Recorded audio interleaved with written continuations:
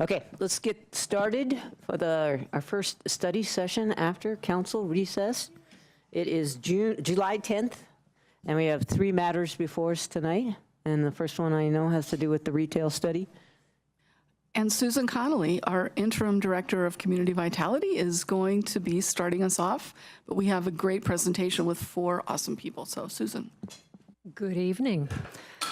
Oops, can we get that back for you, or do you need it? Tonight we talk about all things retail. After a little bit of background on Boulder's retail context, we're going to share with you the Downtown Boulder Retail and Vibrancy Study, the findings and recommendations from our esteemed consultants, and the staff action plan, what we're going to do as a result of that study. The second part of the presentation is about the citywide retail study, really previewing that. Sharing with you our proposed purpose statement and proposed focus areas to make sure that council is very comfortable as we are embarking on that study. Finally, we want to brief you on the multiple conversations that have occurred both before and since your June 5th meeting regarding the Hill retailers who spoke to you on June 5th. So just a bit of background. Thank you, Sarah. So Boulder, of course, was the center of the universe for retail in the county and somewhat in the region in the 60s and through the 80s. And then we started to see redevelopment. We started to see competition arising, Flatiron Crossing, of course, right down the road, the 29th Street revitalization. We've also experienced increased competition in our surrounding communities. We're also, of course, experiencing really interesting changes in the retail industry and demographic changes in our community. Why do we care? Well, retail affects our quality of life, and it affects the city's fiscal condition. The kinds of retail, the mix of retail that we provide, the accessibility to it and the affordability has to adapt as our community evolves. 42% of the Boulder's, the general fund budget is derived from sales and use tax, very important. And that funding is critical to basic services, including police, fire, library, and human services, to name just a few. Our comp plan actually has an economy section, and there is a policy specifically about retail because it is that important both to our community and to our fiscal condition. And it makes a commitment to develop and implement a retail strategy. So that's the foundation for all of the items to follow. So with that, I'm going to introduce Brad Siegel with Progressive Urban Management Associates, who was the lead consultant on the study. Great, thanks, Susan, and good evening, council, city manager, city attorney. My name's Brad Siegel. I'm with a firm in Denver called Progressive Urban Management Associates. We are economic and community development consultants. We're fortunate to have a relationship with Boulder going back almost 20 years. So when Flatiron's open, we worked with the downtown business community to help form the Business Improvement District. Just before 29th Street opened, we worked with the downtown and the city to create a strategic plan. And we were delighted to be asked to come back and work on this effort over the past 6-8 months. So I'm going to talk about what we found, and then Jennifer's going to get into the implementation and what the city's going to take on in response to this work. We're here in part because of changing dynamics in retail. Retail is one of those industries that's in disruption right now. There are a lot of changes, and cities all over the country are really coming to grips with the same type of dynamics that you have in Boulder, and they're also, elected officials are making a lot of hard decisions regarding retail as well across the country. And some of these factors include the increase in e-commerce, internet commerce, which I'll tell you is a little deceiving. Even last year with all the internet sales accounted for about 8% nationally of all retail sales. So brick and mortar is not dead, but it is changing and it needs to adapt. Part of that is smaller footprints. You're seeing larger national change go to smaller footprints. Interestingly, I think it's next week, Target is opening a 28,000 square foot store in downtown Denver. And who knew that 10 years ago that Target would be looking at those types of things? But that's indicative of this change as well. Demographic shifts, and one of the things you'll find in the study is we looked at the demographics in Boulder and how downtown can best match the community as it changes and as different age groups come in and stay and flow. There is a premium, and this is good news for not only downtown Boulder, but most of the downtowns we work with across the country, a real premium on authentic experiences. And fortunately, city leaders in this town for the last 40, 50 years have been forward-thinking, and downtown Boulder really is a stellar environment in terms of the experience that it offers. Next slide, please. Oh, I've got the thing. I'm in control. In terms of why we're here and the impetus for the project, there were a variety of concerns, and I'll say some of these are realities and some of these maybe were more myths. But some of the concerns that precipitated our work was a concern that more national chains and franchises were taking space in downtown Boulder, that there was more pressure on independence, and certainly several icons, if you will, stores that have been around for decades were finding that they were closing for a variety of reasons. A bank opened up on the Pearl Street Mall, and that created some anxiety. We also found that locals were coming down here more, but spending less, and there was a concern that were we losing, part of our appeal was Boulder losing what many of us told was the secret sauce of Boulder. So was that escaping us, or was that just changing? And as Susan mentioned in the intro, real concern with just slower sales tax growth overall, and sales tax being such an important revenue engine for the city and providing for the services that residents of Boulder have really become accustomed to. So when we looked around, we did the analysis, we did a couple things. One is we looked at a lot of data. So we looked at a lot of data on retail, on demographics, on store mix. We also partnered with a gentleman by the name of Mike Byrne. Mike Byrne, he has offices in California and New York, and he is a retail expert nationally. So he was able to bring to us some of this perspective from a national point of view that we could apply to our work here. But overall, we found many strengths with downtown Boulder. Still a high concentration of local independent stores in downtown, 77% local. When we worked with you back in 2005, 13 years ago, it was 83% local. So there has been some shift, but maybe not the complete wave of franchises and chains that some people fear. 61% of your retail is shops, 39% are restaurants, and that's actually considered a very healthy balance. So when we work in downtowns all over the country, most of them, honestly, are more dominated by restaurants and entertainment. So Boulder is considered to have a healthy concentration of retail within the downtown business district. Your vacancies are low, and while sales tax maybe not growing as much as we'd like, downtown certainly is growing more than the rest of the city. So downtown retail sales, when you take out marijuana, had grown 11% between 2013 and 2017. So it's fairly modest on an annual basis, but it is the strongest submarket in retail sales growth in the city at this point. And while locals, I mentioned earlier, locals are spending less, we find visitors are spending more. And clearly Boulder is one of those must-see destinations along the Front Range. And your visitor, according to Intercept surveys, the concentration of visitors has gone up, and also their propensity to spend has gone up as well. Downtown continues to get stronger as a place to work. That certainly helps retail. And locals, while maybe not spending as much money, are visiting at outstanding rates. More than 7 visits a month from locals that were surveyed in Intercept surveys. That's a high frequency of visitation if you're coming downtown for reasons other than work. With Mike Byrne, with the retail consultant, we really looked at downtown, and we dissected it into sub-districts, and not just one market.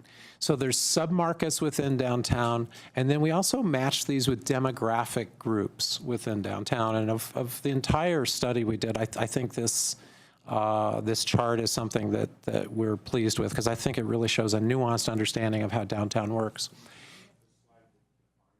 I am going to do that right now. So, yupsters, yeah, I'm going to start. I'm going to define all those demographic groups, and then what we found is where these demographic groups gravitate to downtown, and then you can do a truth check on all of that. I'll start with yupsters. Yupsters are boomers, they're people like myself. They generally have high levels of disposable income. A lot of yupsters, again, like myself, have been around for decades in a community. I'm a native of Denver, for example, so I've been around for a while. In Boulder, yupsters are boomers that oftentimes have been around. Very influential in the politics in the town. So these are also people who vote and who are very active in, certainly in your lives. So yupsters, we found that boomers were attracted certainly to the core of Pearl Street, and also on both ends, on the east end and on the west end. And really it's because of yupsters that you have the downtown that you have. It was the vision of these boomers 30, 40 years ago that helped create the downtown that we have. Now, let's get a little more nuanced here. Coastal new economy. What that means, that refers to tech workers primarily. So younger demographic, 20 to 35, a lot of the technology economy profiles. And our retail expert found that they were gravitating a little bit more to the west end. And part of where this is coming from is we're matching the store types with the demographics that those stores appeal to. So there is some science here. It's not just sitting on a street corner and looking at people. There is some science here. Yeah. There's some science here between the retail mix and the demographics that are naturally attracted to those retailers. So we found that some of the newcomers, the tech workers, may be more on the western end. I'll talk about neo-hipsters last. That's my favorite subgroup to talk about. Leisured middle, that's really more our visitors. So our visitors, where our tourists are concentrating, the types of stores that attract visitors, a group, again, with fairly high levels of disposable income. We talked to many property owners and businesses in this process. We had focus groups. We talked to more than 60 of the downtown stakeholders in putting this work together. And we found that there's quite a bit of activity around college, and when parents come to town, parents' weekends, that type of thing, that's when a lot of these trends are reinforced. But leisured middle gets to visitors primarily. Students is probably the most straightforward of all that. Those are students. But the segment that downtown appeals to most tends to be the older student profile. So the senior and the grad student is more attracted to downtown than maybe some of the younger. Well, the Hill is a primary attraction, and then the shopping center on the way into town over on Baseline. Shopping center over on Baseline is an attraction for them as well. All right, hipsters. Hipsters are the pioneers. These are the sort of artists, the creatives. What we found is because of cost of living in Boulder, you don't necessarily have a high degree of struggling artists living in town, but there is a concentration of creatives, and they have a strong influence in terms of trends and in terms of shopping and looking at different stores. So from our vantage point, our retail experts' vantage point, East Pearl was more of the hipster profile, more of the pioneering type of retail, more of the local independent, more of an area to take risks, if you will. And then last but not least, the neo-hipster. The neo-hipster is also young, but is upwardly mobile. So these people have money, they have discretionary income, but they have this hipster sensibility. They want to relate back to the creative and the artistic pursuit. When you think of neo-hipsters, think of Rhino in Denver or Highlands, if you will. Well, your piece of neo-hipster land, we thought, in downtown Boulder was more on the west end and West Pearl. So again, we can get into this in terms of whether this all makes sense or not. But I think the main message here is two messages. One, that downtown is complex. It's not just one market. There's a collection of sub-markets. And two, there are many demographic groups that are patronizing and enjoying downtown. There's a very broad age demographic that is finding strong connections to downtown Boulder. Where do you go if you don't belong to any of those groups? Well, I guess you're going to Flatirons. And honestly, these groups make up the vast majority of the population of the city. So in terms of additional psychographics and demographics, there wasn't much left. This was pretty much a complete profile from a psychograph. Now, psychographics are a little bit different than demographic because they get into these lifestyle issues, and demographers make these judgments on what people do. But us and our retail expert thought that this really captured the vast majority, certainly of Boulderites. So did you look at ethnicity or income? I mean, it seems like you've looked at income with students, which don't have any money, and hipsters. There's But I guess, we have a broad range of people who live in Boulder. And I guess maybe what Mary was asking is, where are those people that we know about, but they're not downtown? Yeah. Well, and perhaps you can help us with that as well. I mean, the psychographics don't necessarily distinguish between ethnicities, because different ethnicities are embedded within these different groups. I mean, youngsters come in all shapes, sizes, and colors.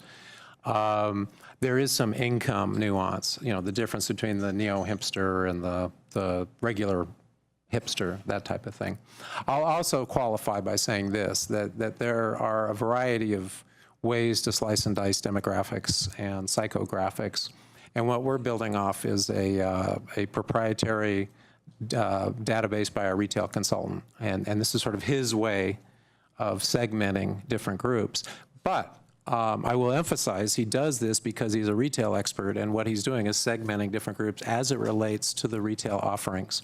So I go back to that original point. Based on what we have in downtown Boulder, these are the demographic groups, psychographics, that he feels would be most attracted. If you looked at Flatirons, if you looked at other shopping destinations around town, you may see a different profile.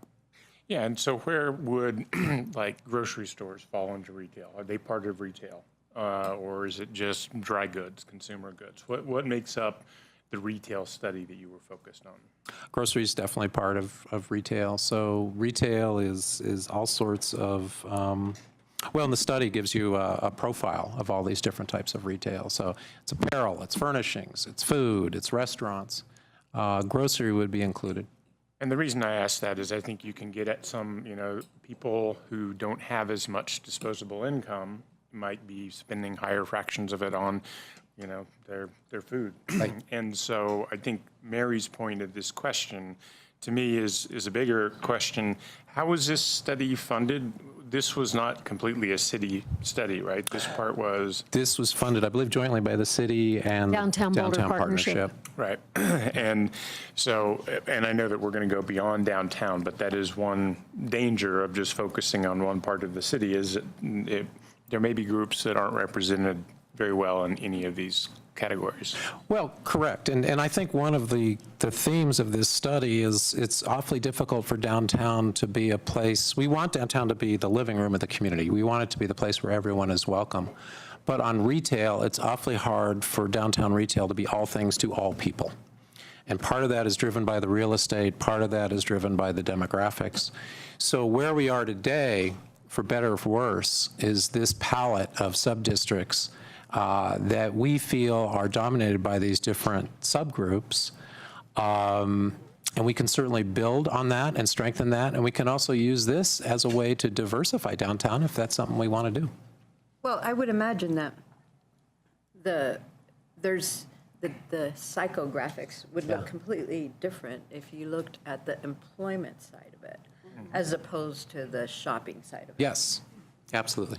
Absolutely. So that's probably where the people that aren't on the shopping side are unemployed. Absolutely. And again, also this is driven by the retail mix. So if we go to an outline, if we go to a neighborhood center in Boulder, it's going to be a different palette of demographics because it may be more grocery oriented or more maybe just a different type of retail. Well, and just one more thought on that.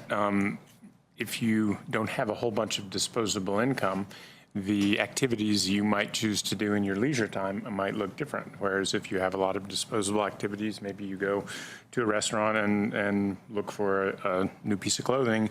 But when you don't have that disposable income, then you find those folks gathering somewhere else. And I think when we look more broadly, this is just my thought, I want to think about activities and not just sales tax dollars. Like how are we providing for the entire community, not just how are we making sure that our budgets are funded. I'm going to go ahead and move on. I've got about 3 or 4 more slides. I want to make sure you get the full presentation tonight. We did look at vulnerabilities with downtown retail, and certainly high occupancy costs are the primary vulnerability. And that really, I think, is one of the challenges moving forward, is how do we retain what we like most about downtown, but acknowledge that these increasing costs are pressuring many of the businesses that we may like the most as well. So what's pushing these occupancy costs? High tenant demand. We got 2 to 4% vacancy rates downtown. It's really very healthy, and in some ways that's too low. The healthiest markets tend to be about 5% vacant. So you're about 2 to 4% vacant. Increasing property taxes. This is not just Boulder. This is all of Colorado, particularly the Front Range in particular right now. Commercial properties, as you know, pay a higher rate of tax because of Gallagher. And this is happening up and down the Front Range, where valuations are going up. Property, because of this, because of higher valuations, the tax burden's going up, and commercial tenants are feeling this. So this is certainly a factor in occupancy costs. There are barriers to entry for local independent concepts, and when we get into our recommendations moving forward, most of our plan and its recommendations do talk about how do we protect and how do we encourage local independents to enter the downtown market, despite some of these barriers to entry. And also because of these cost factors, we've seen some traditional anchor tenants, pressure on them to be displaced.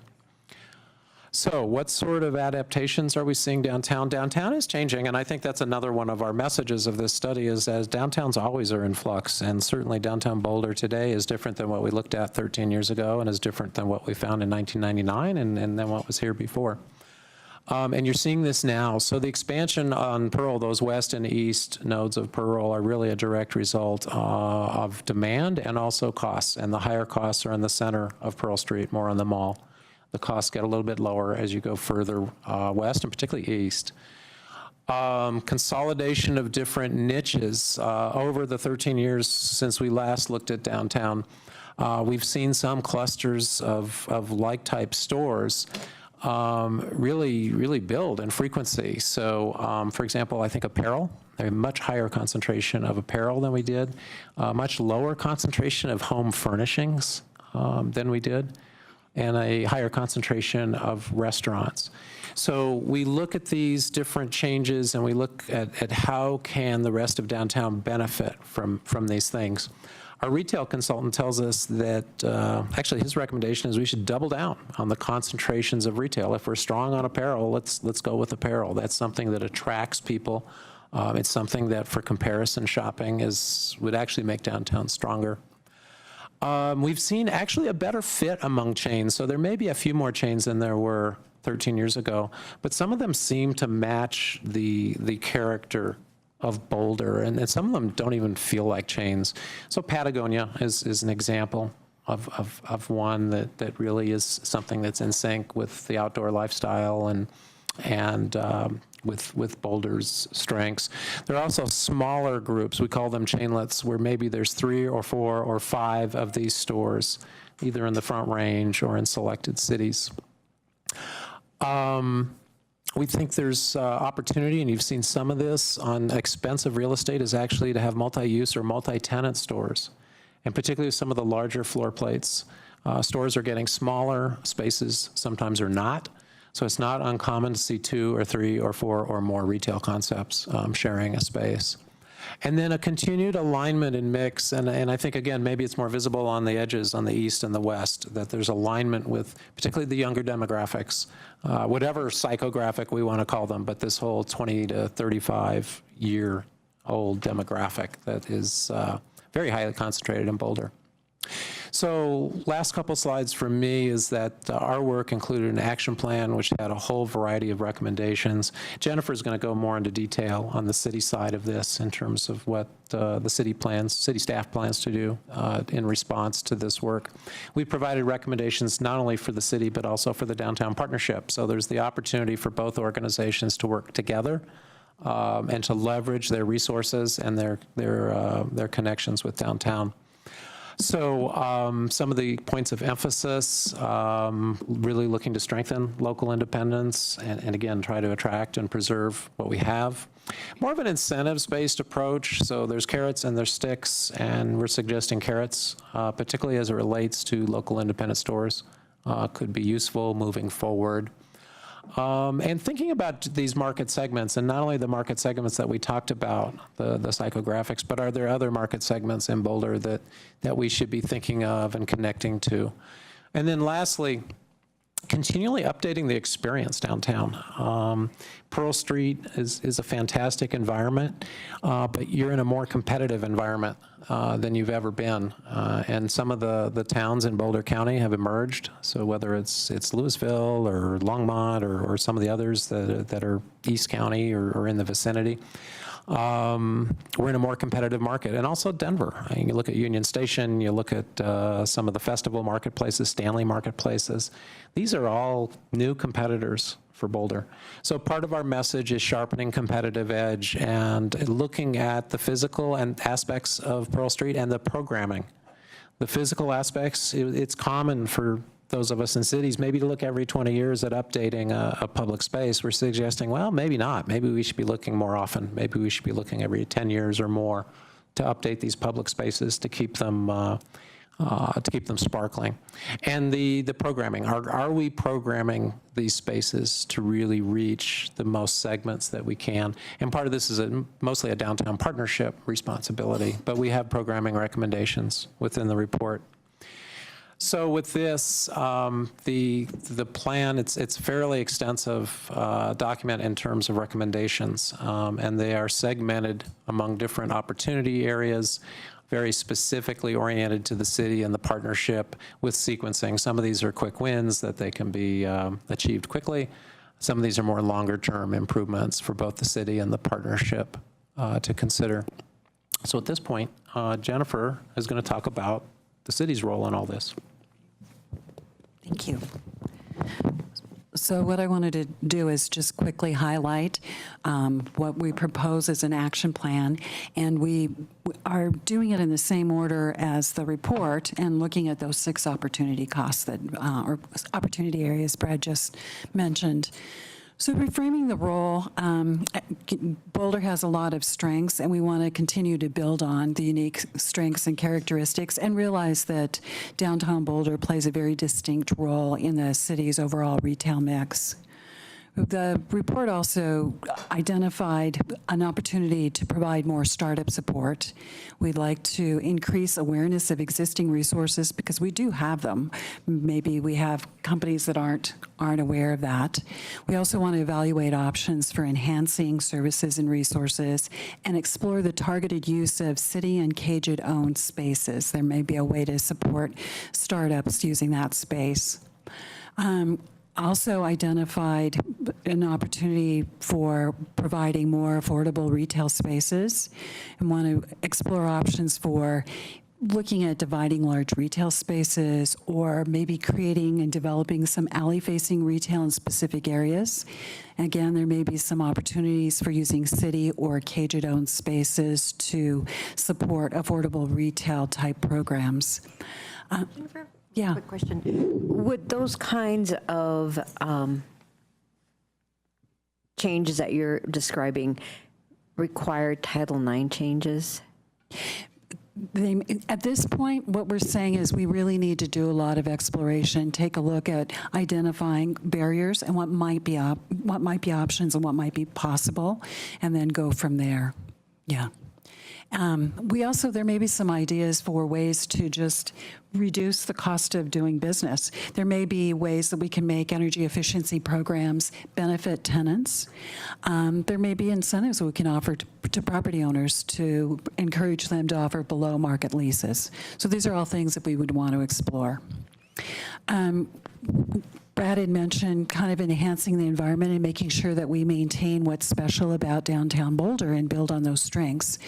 We'd like to continue to maintain that clean, safe environment. That happens with a lot of careful, thoughtful management. That's something we want to continue. We want to implement the caged garage improvements and evaluate updates of public areas and features as they become, there are opportunities. And also consider some enhanced gateways and signage when we look at some of those sub-districts like the East End and East Pearl. Sometimes people don't always venture into those areas because they're not sure that there are restaurants or retailers there. So there may be ways to invite more activity in those areas. We also wanted to look at continuing to work with Downtown Boulder Partnership on really supporting a very rich retail mix and doing that with additional analytics and tracking. We do gather some data now. There may be other data that we can use to continue to monitor this, as well as to help package and help support a healthy retail mix. The study also pointed out opportunities to do a little bit more connection and inviting people to come to downtown Boulder. We can do that when we look at connections and wayfinding between downtown and the civic area and Alpine Balsam and other areas within the city. There may be some ways to do some signage and wayfinding as well as connections and some cross promotions, as well as enhancing access through HOP and other programs. And, very simple, but something that can be very effective is continue to build awareness of the fact that there's free parking in city garages on weekends and holidays. So what we did with the proposed action plan is we wanted to really build on the strengths, and we wanted to address the opportunities for improvement and challenges, as well as some of the opportunities that are there in improving downtown Boulder. So our question is whether or not Council supports the proposed action plan for implementation based on the Downtown Retail Vibrancy Study. Okay, why don't you put up the summary slide? Okay. Do you have a question to start us? I did have a question. In some of the things, I know many people in the city feel that a lot of these efforts are targeted more towards visitors than the people who live in the city. So things like wayfinding signs and that kind of thing, and what's actually on the east end or the west end of Pearl Street are pretty well known to the people who live here. And I think there is beginning to be some fatigue within the community itself about being sort of an eventsville. And I've heard people refer to it as Disneyland, which is a little dismaying. But if you're around on any of it's interesting again to see where people are showing up on Pearl Street, right? Who they are, where they're coming from. The local people are probably more, if they're more at those other ends of Pearl Street, it's because they're smaller places that cater more to them. Mm-hmm. They're not as sort of touristy, I guess is the word. Mm-hmm. So I'm curious, as you push these, or not you, but as these things are moving forward, who it is that we're really targeting here. I mean, because I would like to see more people coming downtown who actually live here, and rather than saying I never go down there because, right? And I hear a lot of it. I don't know if other council members do, but there's a fair amount of that in terms of who is being served by these things. Mm-hmm. And as Sam mentioned, not just the retail dollar that we're after. All right. So that's a big kind of question or comment and question, but the who is being served, I suppose, is the question. Right, right. Did you want to respond? So as Brad mentioned, there's opportunity to entice locals to do things that are more local based. And then there's opportunity to respond to who is there now. So there's always a balance. Sometimes you can bring a horse to water, but you can't make them drink. So that it is a balance of how you spend resources and effort and how you program. But certainly there's a desire, as Brad said early on, that downtown be the living room that is welcoming to all. I think there's a reality, though, you need both. You know, the visitors are spending the money, and as long as they, don't take over, the revenue's important. And also, it's that visitor appeal that in part, hopefully, again, to the extent that it's not overrun, that visitor appeal should also appeal to locals. We found it's really healthy. The balance, according to the data, and again, it's not qualitative, it's not talking to neighbors, but according to the data, it's about as healthy as it gets. And the Boulder resident that's coming downtown, they're coming more than 7 times a month, which is an incredibly high frequency. And then the visitor, what they're spending is a pretty high spend per visit from a visitor. So I would argue that there's got to be a balance there, and it's not easy to keep that balance, but you kind of need both.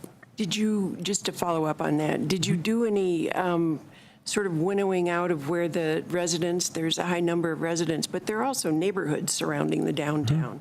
And so people who can walk, do walk, and so that could be accounting for a high. I'm wondering, and North Boulder now has its sort of sub-community up there, except for the library, which is coming. And then, there's Table Mesa and those places. And then some of them have better bus service, like Table Mesa can just head out to Broadway. But so my question is, when they're local people coming into the downtown, are they coming from all over the city? Or is it a higher demographic of people who are just living, which is a fairly dense neighborhood surrounding the downtown, including Uni Hill, because people... I brought our data guru, Mr. Daniel Makala, sitting behind me, but I don't know if we have that granular detail. I don't know if we do either. Of a detail. We utilize the 16. We utilize intercept studies that have been done, and we would have to go back and answer your question and see if we can cross-tabulate and see where people are coming from. I will say this, though, that when you were making your statement, I do think of Boulder having such a great opportunity with your neighborhood shopping districts, too. Which is what we're going to talk about. Yeah, and the fact that downtown doesn't really have to be all for everybody, because there are these neighborhood districts that people cherish in this town as well. So I think that would be the next sort of frontier, the next exciting thing to figure out is how does downtown position itself vis-a-vis the neighborhood districts, and how do we build the best synergy. So going back to your original point, that we're first and foremost being responsive to the residents of Boulder and providing the environment that they want, but also being realistic to know that we need some visitor dollars in order to keep the workings of the city going. So one of the things that I wanted to talk about is how do we make sure that our downtown is vibrant in the face of change, and retaining the elements that we think build community and are also reflected in a vibrant economy. So things like, we've started to look at affordable commercial, and how do we foster that? I think that that's an important element. These idea of splitting up larger places and focusing on incentivizing local independent businesses to share spaces, I think is a really positive way to get at some of those values that we want to foster. I also think you mentioned better use of city-owned space, and so the parking garage, the 15th and Pearl, we own a parking garage and all that retail wrap, and some of that goes to international chains. as opposed to local independent stores. And I think that's something we would want to take a look at in terms of city kind of walking its talk.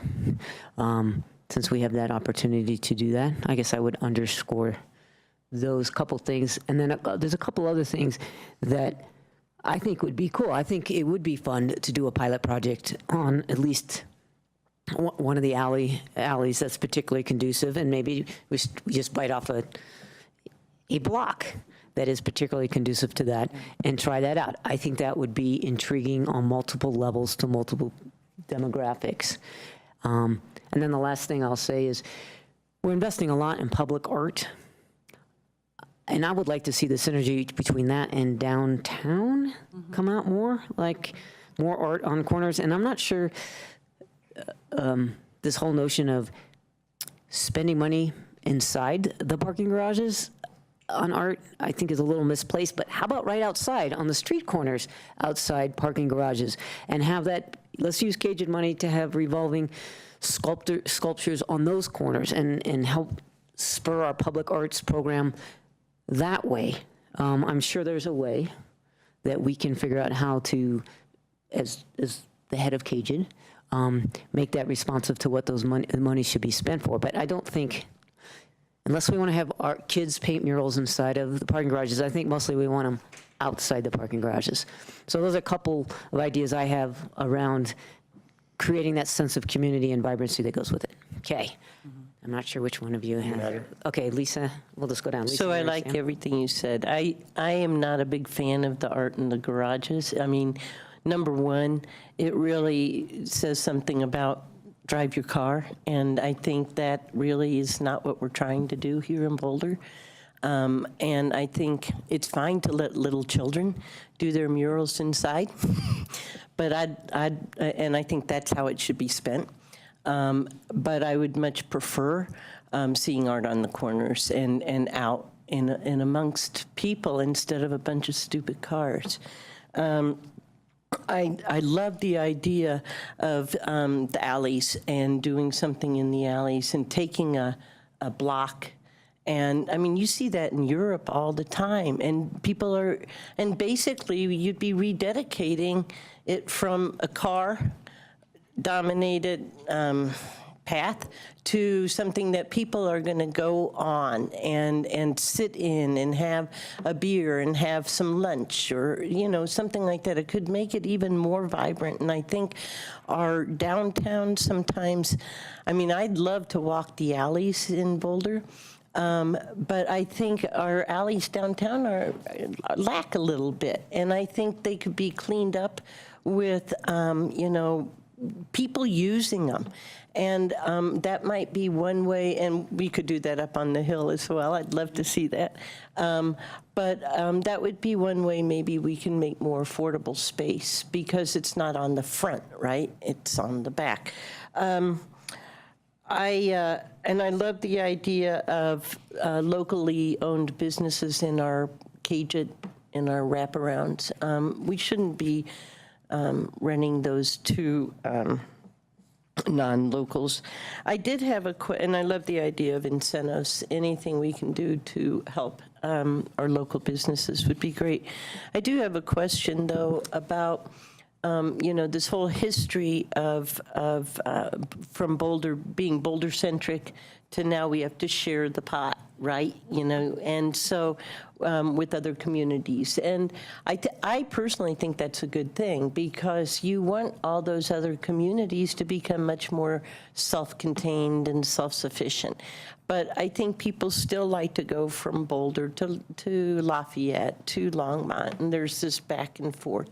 And so I'm wondering if you guys have thought about working with the other business districts in Lafayette, Longmont, Lyons. Lyons is just hopping right now. It's amazing. And are there ways to coordinate or to collaborate in terms of how can we work together to actually help you know, and boost all of our economies, so that anyway, I think that would be really good. And we should embrace that these other communities are becoming more self-sufficient and becoming their own communities. But that's it, I think, for right now. And I guess I do share some of Cindy's sentiments about there's a fine balance. And I think it's not just downtown and it's not just retail, but I think there's a lot of people from out of town that are coming in, investing in properties. And I think there's a lot of resentment by locals about that because it's really jacking up the cost of living. And a lot of these investment properties are second, third, fourth homes. And that's a subject for something else, a topic for another night, but. Mary? So I'll agree with what's been said so far by Lisa and Cindy. And I would just add to that as we move forward with the analytics, that as I understand it, DBP is going to be looking at is to have a look at that other side of the psychographics, the employment side, because one of the things that was mentioned in the report was that a lot of these businesses, and interestingly enough, I met with Yvette Bowden yesterday, and she mentioned that Parks is having a hard time finding employees. So that piece of it is, you can't have all these businesses if you don't have the employees. So you have to keep that at the forefront. So that's why I think it would be important to look at that other side of the psychographic plot.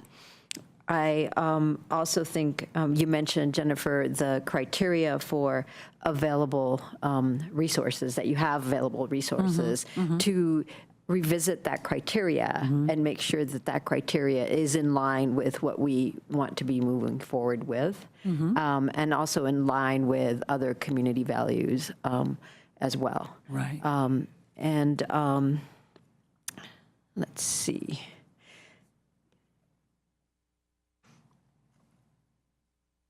The other thing I noticed in the actions, I think it was the staff actions, there was mention of providing bus passes for hotel clients, and I would not support that. What was it? Bus passes for hotel visitors. If you can afford a $300 a night hotel, you can afford $2.60 to take the bus. Well, So, and I think that there are other folks that could use those buses more than a hotel visitor. So I would not support that. And looking at the diversity of other businesses that could be added there is to look at the food carts. I know that things like the push carts were actually left off of the food truck ordinance. So maybe consider adding that as another option for a low-cost local business. And that's all I have for now.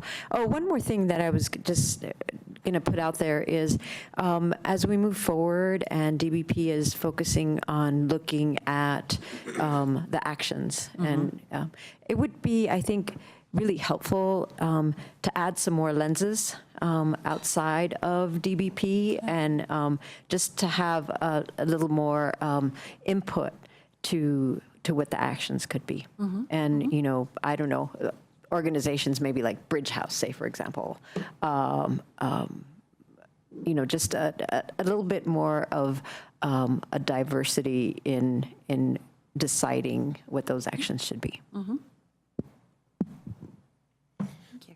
So I pretty much agree with at least parts of what everyone has said here.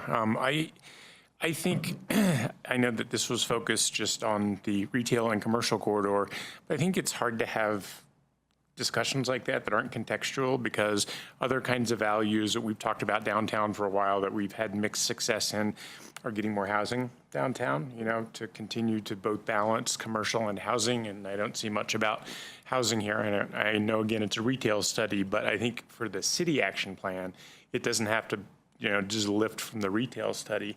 I'm going to really emphasize what Mary said about data. I think it's really interesting to know the answer to Cindy's questions about where in town do people come from and where do they go to the other nodes? And if we're trying to plan, overall, how do we serve our broad community well with our commercial spaces? I think we need to know their motion patterns a little bit as well. And when I talk about broadening, I think of the downtown. I don't think of, I'm just going down to Pearl Street. I'll end up in the Civic Center Park quite frequently. And other people who visit here from out of town are going for Eben G. Fine Park, but they may pass through downtown on the way, either in a car or on foot. And so I think it needs to be really contextual, the way that we measure these things. So when we get to the data, I'm not really just interested in which visitors came from where to the mall. I'd like to know more broadly, how are people moving in downtown and in the other areas. I loved the idea of having Downtown Boulder Partners be a master lessor and figure out how to, select with different criteria how businesses are chosen, right? If you're a landlord, you may just select based on who's going to give you the most rent and, what kind of business you want in your location because of that. But if you are a semi-nonprofit, or I think our hook into all this is the bid, right? We have a bid. It's a pseudo-governmental organization that gets ex officio council members sitting on it. I think the bid, it's pretty integrated with Downtown Boulder Partners, but I think that's a way that we, the people, can put our desires into that process. So anyway, those are my kind of big picture ones. I also like the alleys. So I just want to come back to those because on planning board once, there was a building being put in and it was causing a fight between some people who owned one building and people who wanted to expand another building. And the people who wanted people to think differently than just a big blocky building did a whole architectural rendering of the alley space there between Walnut and Pearl. And it was cool. It was a great presentation and it really kind of opened up thinking about it. And so I think there's a lot we could do, and we could go block by block. It wouldn't have to be everything at once. I think there's opportunities to do that. And I guess the last thing is, I have been lucky to travel to a few different Colorado towns in the last few weeks on our break. And one of them looks like Disneyland. And I can tell you, it's very unappealing. Not that anything's wrong with Disneyland, please don't sue me, but it becomes focused not on the heart of the activities of the town. It becomes driving people from one commercial destination to another. And that is just not a fully satisfying experience. And there's another Colorado town that has a 5 square block historic downtown and has really remained dedicated to that. And I think I would like Boulder to continue on towards the historical, whatever funky we can preserve by creating spaces for people and focus on making sure that people in Boulder also want to go there and it's not just tourists. So I just wanted to make a comment following up on the alley thoughts, is that back in the day, there was a lot of discussion around that, and Caged had a fund, a pot of money, and whenever anyone redeveloped on the downtown alleys, they had to put into it and take down those horrific transformers or whatever they are with the poles. Mm-hmm. Which really made a difference in terms of being able to start to make something that looked a little more than just the place where people are dropping off and picking up stuff for the store that's on the front of the street. But it might, I'm not talking about Excel doing this, but we might look at something like that as places to start. I want to throw just a couple more things out there, and one of them is this idea of expanding the bid to include more of East Pearl, maybe a little more of West Pearl. To me, that there's some that's worth thinking about. I also like looking at the downtown as a whole. I'll note, I'm gonna give you a little grief about the bank remark. There are 22 and growing number of banks downtown. Whole corners, beautiful corners rendered pretty much non-used because of banks. And there's more and more happening all the time. So I think we can do better. So I do think the idea of looking, nothing against banks, but put them on the second story. This idea of looking at downtown more as a whole, in addition to the mall, and also making sure we have lively uses on the first floor.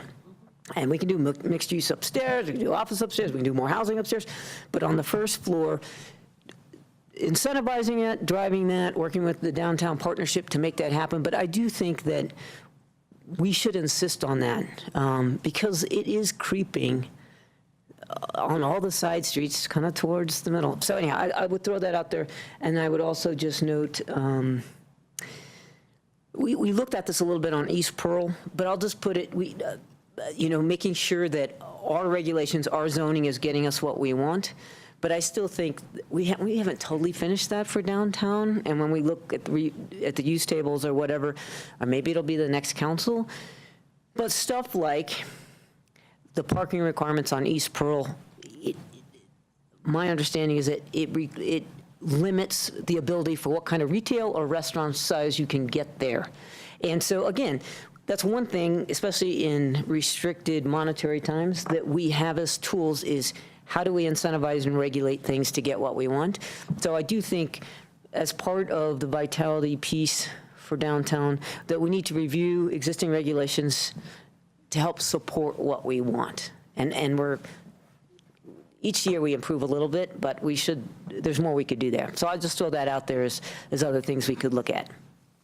So I just wanted to pick up on two things. One, and Mary kind of referred to it, but we have a whole bunch of employees downtown. And in going around and talking with some of them work quite late at night, and I get concerned about them with respect to some of the parking. And I think we really, and I know Mary made some efforts, but I think we could do a lot better at identifying some parking that is not so far away for these employees. Or I don't know. I mean, I was talking to this one waitress, and she was saying that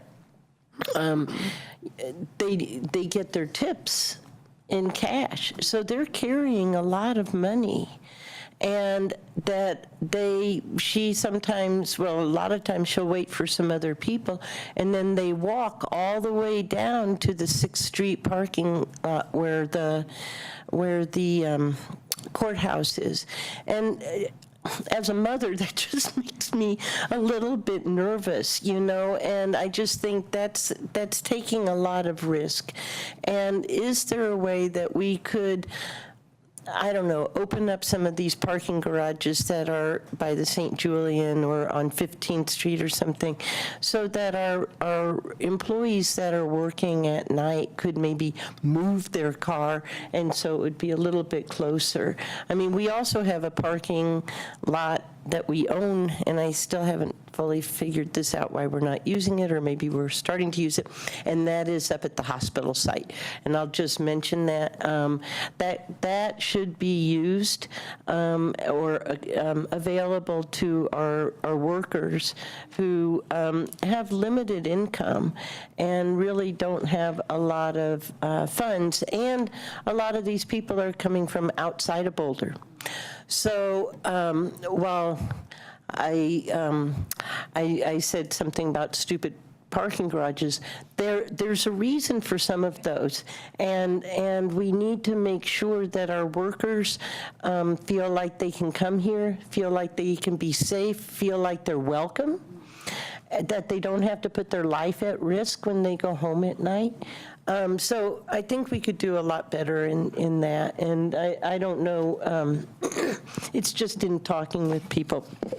And then I'll just bring up the whole issue about housing. And I know we didn't get a great opportunity on 11th and Pearl, in my opinion, where we could have had housing instead of a big giant building. And I know the original people who had wanted to buy that property, the old Daily Camera, had thought about putting housing on for the workers on second and third, maybe fourth stories. So I guess I'll just invoke Tom Eldridge here. And, he and I worked pretty hard to get housing the first times, and I'm wondering if there's some more opportunities that it doesn't have to be $2 million housing. I'm talking about worker housing. And I know people say, oh, that's downtown, you can't do that. To me, it's a matter of a will. If you want to do it, you can do it. And people used to live on the second floor above Pearl Street. And I sometimes wonder what is going on these second and third stories. I think it's mostly just 2 stories, and I assume some of them are offices. But if there's any way that we could incorporate some housing downtown that isn't giant and it isn't ridiculously expensive and is more suited for the employee, I think it becomes a more vibrant place. I am very concerned that at some point the people who come here to work are going to say, look, you don't pay us enough. And I can get these jobs. It's the same thing. I can get these same jobs in downtown Louisville, in downtown Lafayette, and I have better quality of life. I don't have to come into Boulder. So I think it's a really a strategic move as well as kind of one of equity and fairness.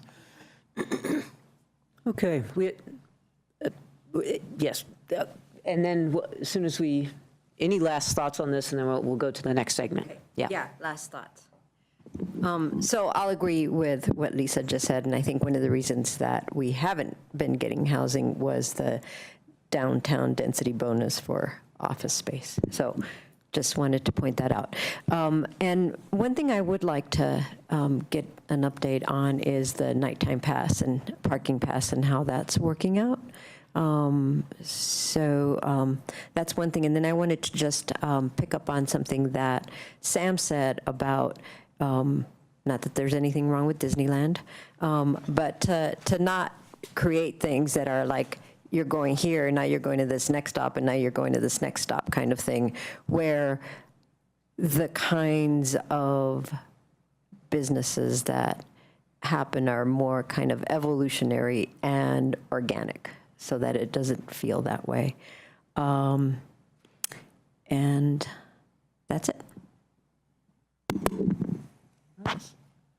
I just want to say, I also have heard complaints around about events and the number and where they happen. So, I know it's great for the city to have these events, and some of them are beloved, like the Boulder, and becoming beloved like the triathlon. But, having them all cluster around downtown can lead to that fatigue, not just on the mall, but also, if they're in the civic space. So is there a way we could host more of these city events where, people want to be close to where people are going to come, but they're in the other community centers? So is there a way that we could think about doing something so that if we're going to have the number that we're having, and it seems to be growing, that they not always be clustered around the same spot? Okay. Or have fewer events. It's a possibility. Yeah. Okay. Yeah. All right. And that leads right into the larger retail. Okay.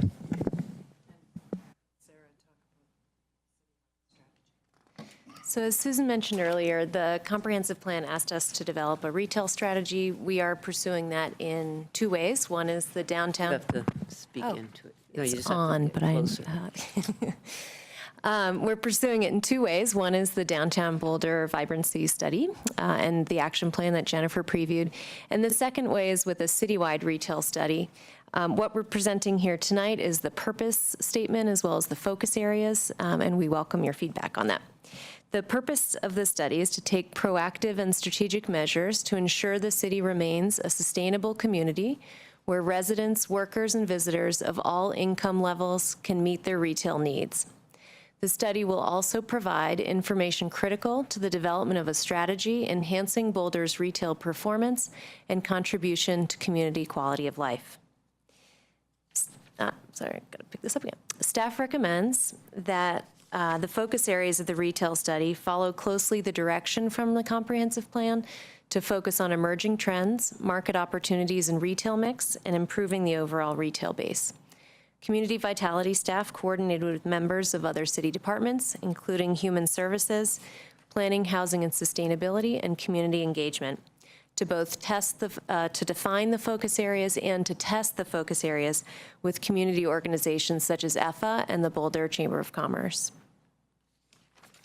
The first focus area is an examination of emerging trends, looking at changing demographics and shifts in consumer and business behavior. The information gathered during this phase of the study will form the basis and the assumptions of the ultimate retail strategy. The second focus area aligns with council comments at the April 24th study session to understand in what market segments Boulder may have an oversupply of retailers and where opportunities exist to capitalize on gaps and competitive advantages. Lastly, the third focus area will explore in depth the physical retail base in Boulder, the cost of operating a retail business in Boulder, and what might be the city's role in strategically promoting retail development in targeted and/or underserved locations, including the Federal Opportunity Zone east of 28th Street and north of Arapahoe. Can you just pause and tell us what that is? A federal opportunity? Federal Opportunity. We actually have a map of it at the end if you want to see it. Yep. But Jennifer, would you like to Well, you explain? can wait till the map. Yeah, okay. The study will result in a set of strategic recommendations, as well as a phasing and implementation plan. It will clearly define which entities are responsible for each plan element and include recommendations for how to monitor performance with how we are achieving the retail strategy. Essential to the deliverables is a communications plan, how to engage the public in developing the study, and how to communicate the resulting vision to the broader community. So starting off, there's two questions. One is, does council agree with the proposed purpose statement? And secondly, does council have any revisions to the proposed focus areas? And they're both reiterated on this slide. Would you like to go ahead to the, yeah. Yeah. We're gonna have to go ahead a little bit. Oh, there we go. So an opportunity zone is something that was just recently passed by the federal government back in like late 2017. And it's a way of really encouraging investment in distressed areas, both rural and urban.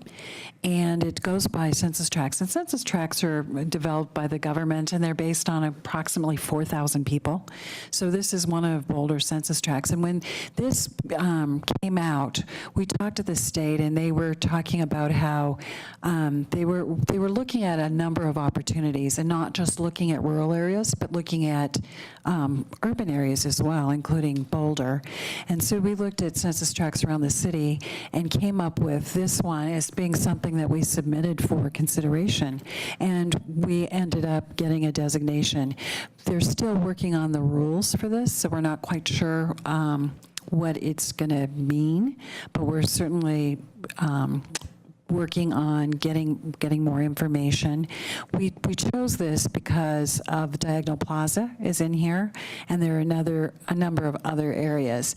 And we feel like this might be a tool that we could use for affordable commercial. It may be something that could be used in affordable housing. There are a number of ways that this might be a useful tool, and including when we look at the citywide retail strategy. That's helpful. Should I go back? Why don't you go back to the question then? Why don't we start with the purpose statement?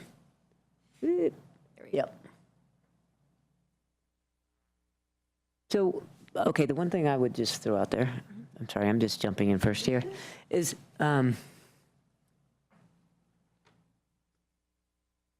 to me, this is helpful, but it needs to be closely related to kind of some themes that you guys were talking about in terms of placemaking and our other community values that we are, that we called out in the comp plan, that it needs to be synergistic with those.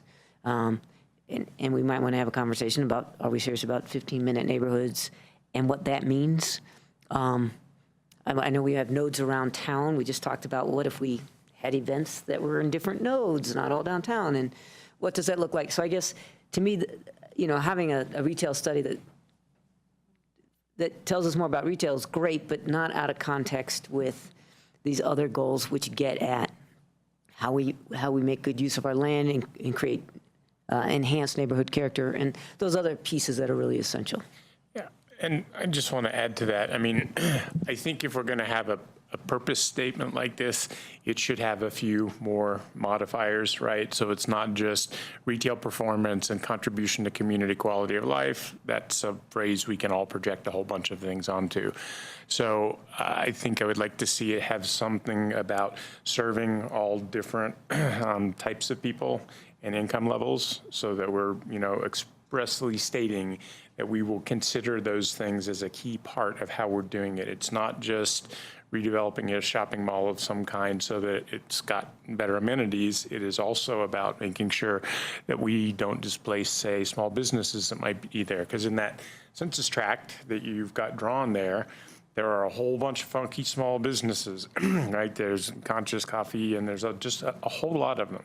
If we just go through and do a wholesale redevelopment in there with some extra government funds, I want us to have our purpose statement call out wanting to retain opportunities for all different kinds of people. And so anyway, on the purpose statement, I think it goes along with Suzanne, but it's saying, I know it's easier to focus if you just say retail, but with that census block you drew, and you mentioned affordable housing, that's got way, way, way more. I mean, there's there's a shopping mall, and then 2 major retail centers and a whole bunch of businesses. So I would say that would go along nicely with the sub-community plan.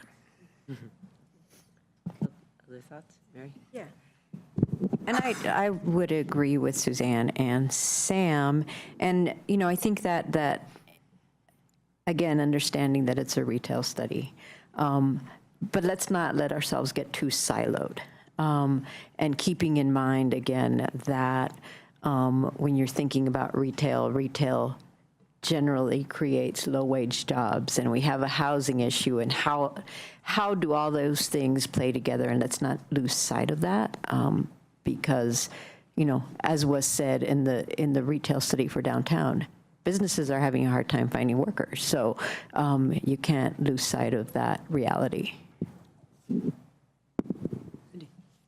And I would just tag on to these statements and say to be sure that the retail itself doesn't increase gentrification of Boulder, which is the thing that seems to be happening, that I think is everyone's, how do we stop this, right?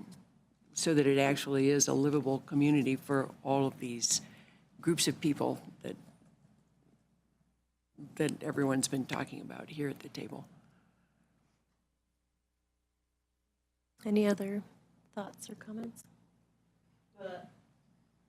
I'll just say, let's make sure that it is within Boulder's values, and that with all of this consumerism, that we're careful about our waste, and that maybe a special effort is in this study is put into, making sure that we're not generating a whole lot of materials that we don't want to see in the waste stream.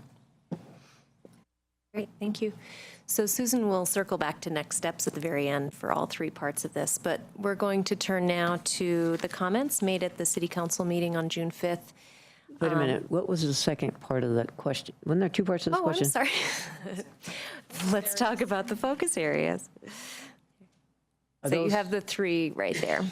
Mm-hmm. Oh, okay. And I can go back to each individual one, yep. It seems to me like some of the comments that you heard broadly about the purpose statement apply to the focus areas, and you can figure out how to lay those out. I would just make sure that you're also focused on the data, because we like to ask about that. And some of the questions Cindy asked, I think would be great to know, is if we know where people are coming from in neighborhoods to shop for food, I mean, we kind of generally get a sense, right? But if you get some metrics on it and that can inform how you would redo it. How big does it need to be? Should it have housing as part of it? What can you think of? And those metrics don't inform just us, they inform the developer about how they can also make a project that's going to pay off better. So During the site review. During the site review. Yeah. Well, and part of this on retail, since this one of the things that was said earlier was this notion of authentic experience is really important, which to me gets back to place and sense of community. And so I guess I would not lose sight of that, or I would underpin that, because these are other goals that this retail should help, not take away from those goals. And so I guess I'm not sure how I'd word that, but I do think that that's important, and that's where enough said. But that's where it lines up with some other comp plan goals. Okay. Yeah. I also think we need to figure out the larger context, the Supreme Court sales tax ruling, kind of where the heck is retail going, both nationally. Anyhow, we might as well figure out where the tide's going and not fight that tide, but ride the tide. So I presume. I think here is a place to bring in kind of both the placemaking that you mentioned, but also the concentration on having it be responsible development as far as waste reduction and so on. So anyway, those bullets seem to fit. Improving it in what way? And you mentioned commercial affordability, but I think that'll be a part. Okay, anything else on this? Okay. Okay. Sorry, I jumped the gun earlier. Oh, yeah. Just emphasize again on the citywide retail study to make sure that when you look at those psychographics, you're looking at both sides. Okay, so the third part of our presentation is, as I mentioned, responding to comments from the June 5th City Council meeting and Council's request that staff return as soon as possible with an update.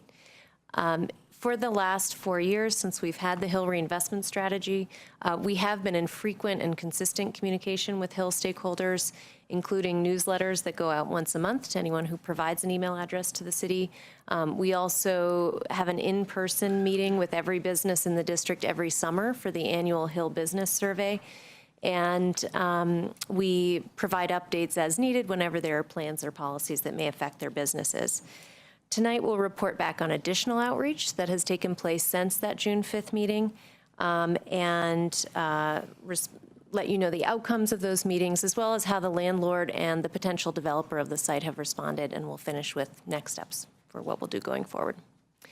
Some of the concerns expressed on June 5th were confusion with the timeline and notification requirements for the proposed Hill Hotel and public parking garage project, potential language barriers that might contribute to that confusion, obstacles to relocating into existing spaces on the Hill, such as rents, types of spaces, and market saturation, and requests for city assistance to help offset relocation costs or higher rents.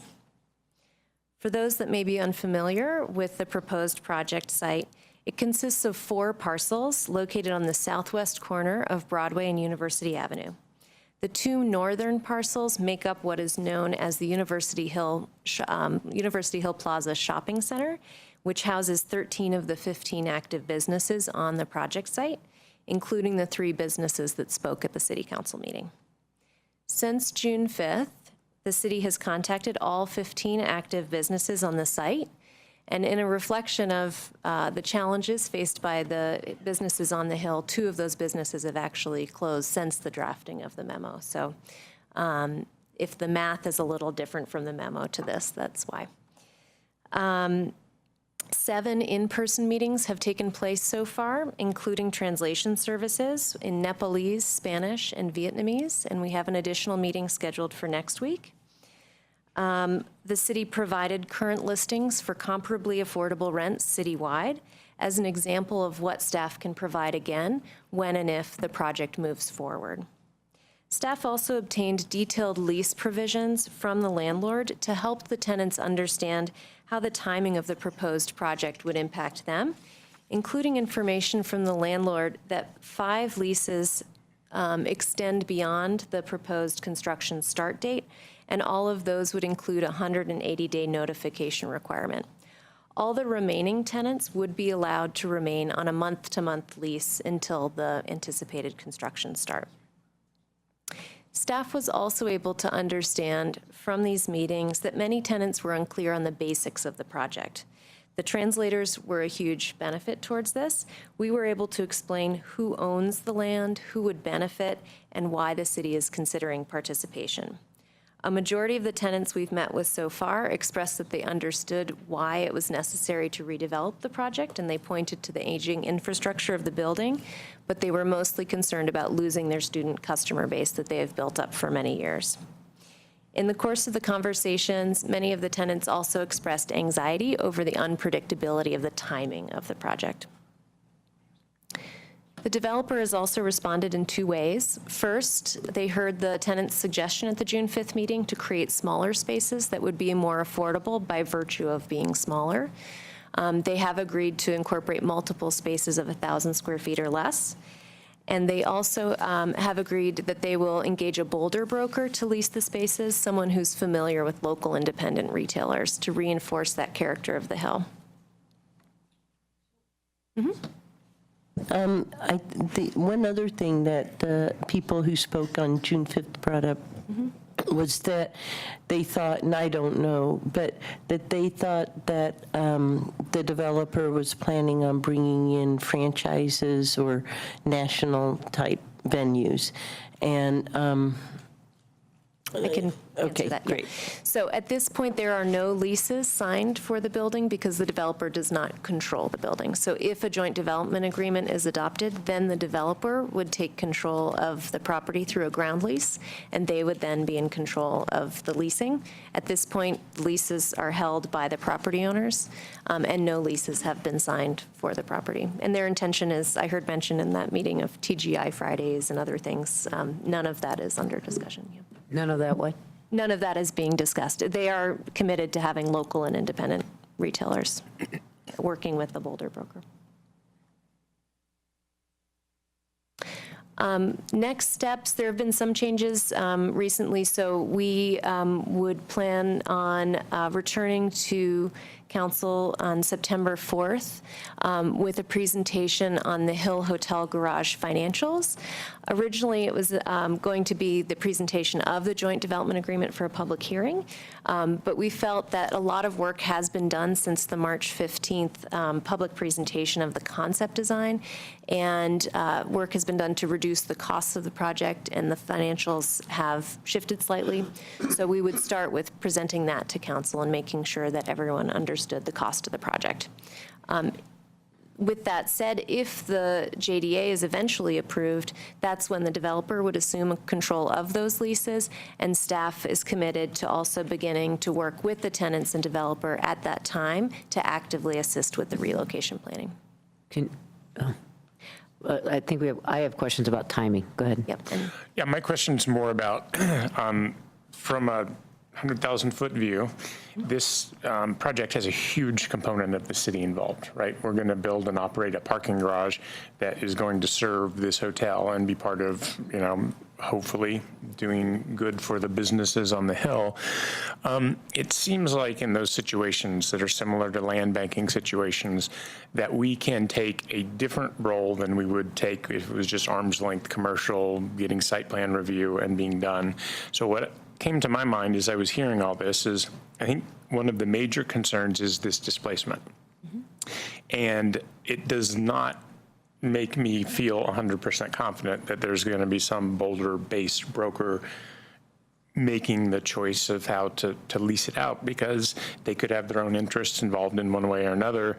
I would like us to think about, is there a creative third way that we could have a group which has some city people and some private people, and Tom will have to help see if this is even possible, but have a kind of a tenants association to make sure that these folks are local, right? And that if that's what we want, whatever the tenants association decides, and that rents are reasonable. I just see this as being, that's one of the key components of concern with this, is displacing local neighborhood serving small businesses to put in a big swanky hotel that's going to have TGI Fridays and snooze in it. And it might be fine if it, but that's something that I think the local community should decide. I don't know if it's an outreach to this Hill Reinvestment Working Group that we've got going, but I think we'll get a lot more traction if we're not simply trusting in the private market to make all the decisions. We're having some participation in that, so not control. It's not a city-owned deal, but is there some way that we can form a group that's going to give, well, me more assurance that that particular problem may have a solution? So that, in a way, is a question to Tom, but it doesn't need to be answered right now necessarily. And we're going to, can you just tell us where you are in your presentation? That was the last slide. Okay, good. So it's excellent. So we're not, okay, have at it, Mary. The last comment I just wanted to make is that in all those outreach meetings, we have been taking very careful notes of what each tenant's relocation needs are. People have been very specific and very helpful. The biggest request was just for financial assistance and trying to stay on the Hill if they could. I forgot what my initial question was, but but in lieu of that question, I'm just going to support what Sam just said, to try and think of a third way. I know that when the Ponderosa Mobile Home Park came before us, we said, several of us on council said, we're not interested in any annexation if you have any displacement. And staff came back with this amazing plan that we now have before us. So I guess with that, I would like to put the same challenge out there, and I'm not interested in this hotel if it's going to, if displacement is going to occur. Yeah. I would just like to second what Mary said. I think that this is a group of retailers who serve a very distinct population and who have been working hard to make it go. So I would say also, I'm not interested in this hotel if there's any displacement happening. And even then, there's some ifs because of the subsidies that we will be giving. Yeah, can you speak to this idea? I mean, what we have on the Hill are the survivors, right? They've proven themselves, and it seems like we would want to help preserve them. And given that we have this major role we're playing, and preserve their transitioning. And there's plenty of, I don't know if there's plenty of vacancies, but there are vacancies on the Hill now. And I guess, what are the odds? Can you talk a little bit about, people have said specific needs, there are some vacancies, some presumably could transition, maybe a few would be appropriate to be in this swanky hotel. Talk us through this. What kind of legs does this idea have? So there is a mix of potential opportunities. I think we're trying to send the message that we don't know if the hotel's going forward, so we don't want anyone to break their lease and suffer a financial penalty, and that's the anxiety of not understanding the timing. So as we sit down, we do walk them through that. There are some businesses that could definitely relocate within the Hill Historic Core, and we have 8 to 10 vacancies at any given time. The challenge is matching them up one-to-one with the businesses, making sure that those spaces fit their needs, but there are spaces that would suit some of them. There are 2 businesses that have already let us know they don't need to meet with me because they have already made their relocation plans. So we're seeing a mixed bag of where people are in that process of planning. I think the biggest concern is from that business that can't relocate on the Hill because there are 4 other convenience stores, for example. And a convenience store maybe it could be a part of a hotel, it depends on kind of the way it could work, but, where is the best location for that business? So we've been thinking creatively and looking citywide at these, as we look at the citywide retail study, where are there underserved retail locations where a convenience store would be a very welcome business? We have office parks, we have places where people are getting in their car to go get a toothbrush in the middle of the day. Maybe they could just go to that store. So we're trying to think really big picture about it, and the timing of it with the citywide study is good, that we're thinking about all these things and retail affordability. But it's very specific to each business exactly what will work and what won't. And then there would be the loss, though, of the convenience store to the Hill residents, Well, there's already 4 there. or further up, but Yeah, not which is not but to say- Right, Bova's has its own special clientele. Right. So I'm trying not to speak about one particular business, but just Sorry. using that as a case, that it's really hard to even conceive of leaving a place that you've been for 10 years, 15 years. 40 years. 12 years for that particular operator, but there are opportunities, I think, citywide that may work for some. And we're trying to just work through each individual business's case and what might be the best fit. Can you also just explain, you had a timing thing that said, so this, in September, this comes before us. And we're going to have a public hearing on this. If we say, okay, this is looking good, let's proceed, what is the timing aspect? So that's what I've been going through, with each of the owners. So what we anticipate right now is if the JDA is approved, that starts about an 18-month clock of getting into design approvals, construction documents, permitting.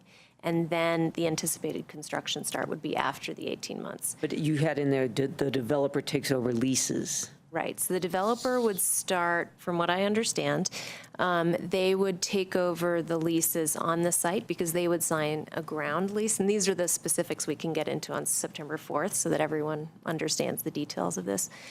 But they would then be able to negotiate with the tenants on that site. Right now, they're reaching out and meeting with people, but they aren't able to negotiate anything with the tenants because they are not the landlord.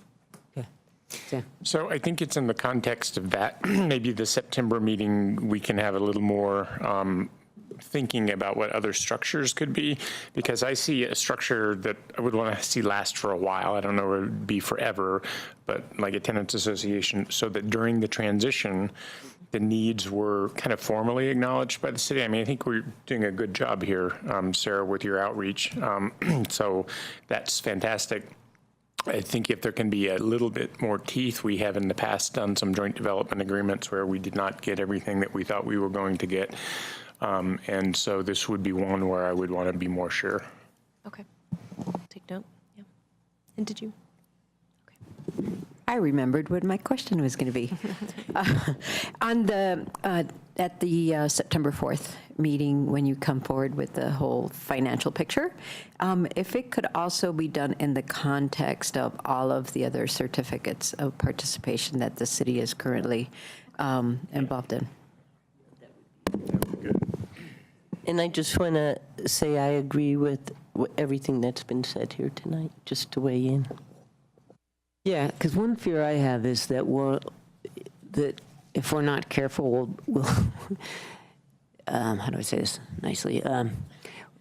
We'll strangle the hill while we're during this process of trying to do this project to bring new life to the hill, and that would be a dang shame. So I guess trying to figure out this notion of since we are putting a lot of skin in this game, one of our requirements could be, hey, the developer needs to commit to helping with relocation or ensuring I don't know how we can say no displacement, because obviously physically people will be displaced, but that concept of finding homes for those businesses. So. That's where I think we've made a lot of progress, so we'll report back on that as well at the September 4th meeting.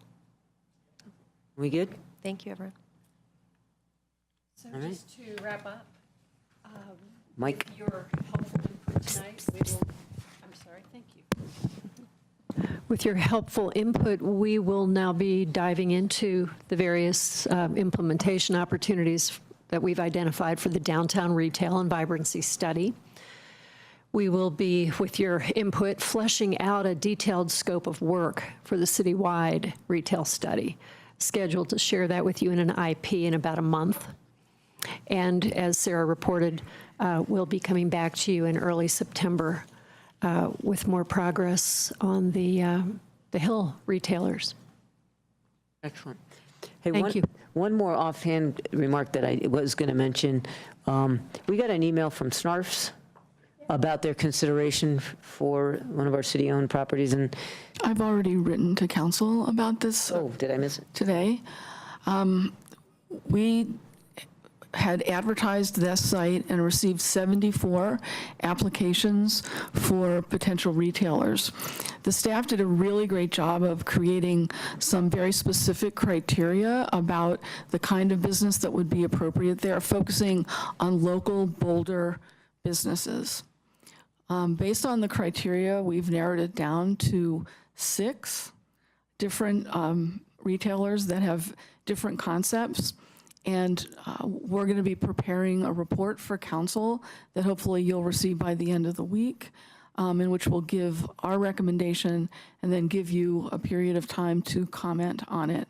But the email that you received from one of the 6 finalists is not the only finalist that exists.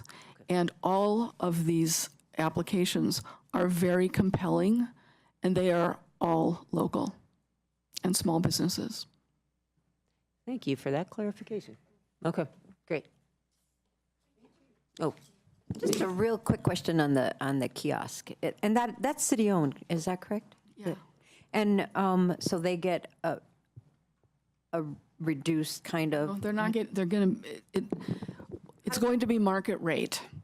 And what I'm going to have Susan jump in and Jennifer jump in if I'm saying anything wrong.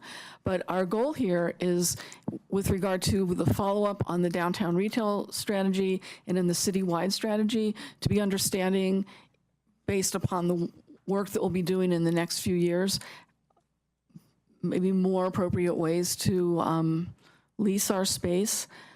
And so we have reduced the length of time for this lease to 3 years.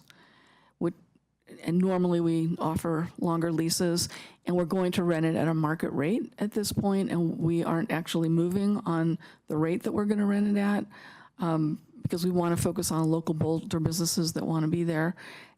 And then as we develop the studies that we're working on, we possibly can come up with other criteria in the future for how we would re-lease the space. So we want to do our background work before we jump in one direction or another, and that's why we're offering only a 3-year lease, without a renewal. Yeah. Right, because we want to see what develops in the studies that we do. It could turn out at the end of it that we love whichever one is selected and that we want to continue on that particular location in that way, but we don't want to tie our hands. We want flexibility. But they would have an option if it was a successful. We'll see, and Right. we'll see. Yeah. okay. Does that answer our questions? Great. Hey, thank you so much.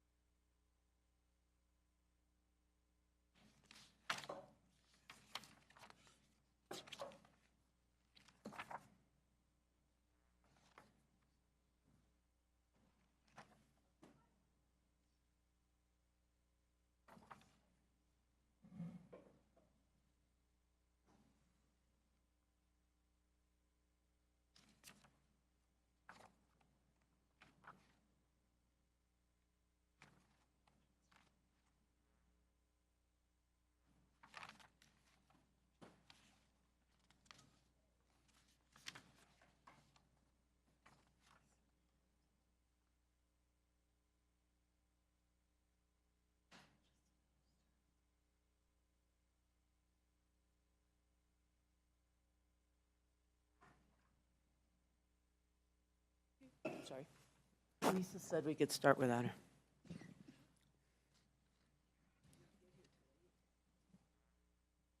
We all set? That's it? Great. All right. Good evening, Mayor and Council. My name is Steve Kapnack. I'm the Electric Utility Development Director. Tonight, we're here to discuss a very important aspect of our work plan as we move forward. Last fall, we received direction from Council and certainly heard it from the community that they wanted us to increase the level of communication about our development of a locally owned electric utility. We took that to heart, and one of the first steps we undertook in order to do that was the formation of a Energy Future Communications and Engagement Working Group. And the intent of that group was to help guide how best to communicate with the community and also what the community really wanted to learn and understand about our formation of a utility. Tonight, we're here to discuss that working group's recommendations, and the timing is actually very good. We're in the process of identifying key components such as the cost of acquiring the utility, what it's going to cost to separate the utilities from one system to two, what our power supply potential is, and also what it's going to cost to stand up the utility. So as we move forward with developing those facts, the foundation that this working group has really laid for us, it will be critical as we start to communicate all of that information to the community. So with that, I'm going to turn it over to Sarah Hundley and Emily Sandoval to talk about the recommendations of the group. And Patrick Kaiserling is also here, and he and I will also be available to answer questions. Thank you, Steve. I'm Sarah Huntley, Engagement Manager. I'm joined here tonight by Emily Sandoval, who's a communications specialist who's been working on this project for a number of years. Together, we're excited to provide an overview of the working group process, to talk a little bit about how it did its work and the process itself that it followed, and most importantly, to share some of its key recommendations. After the presentation, we have a few questions to guide Council's discussion.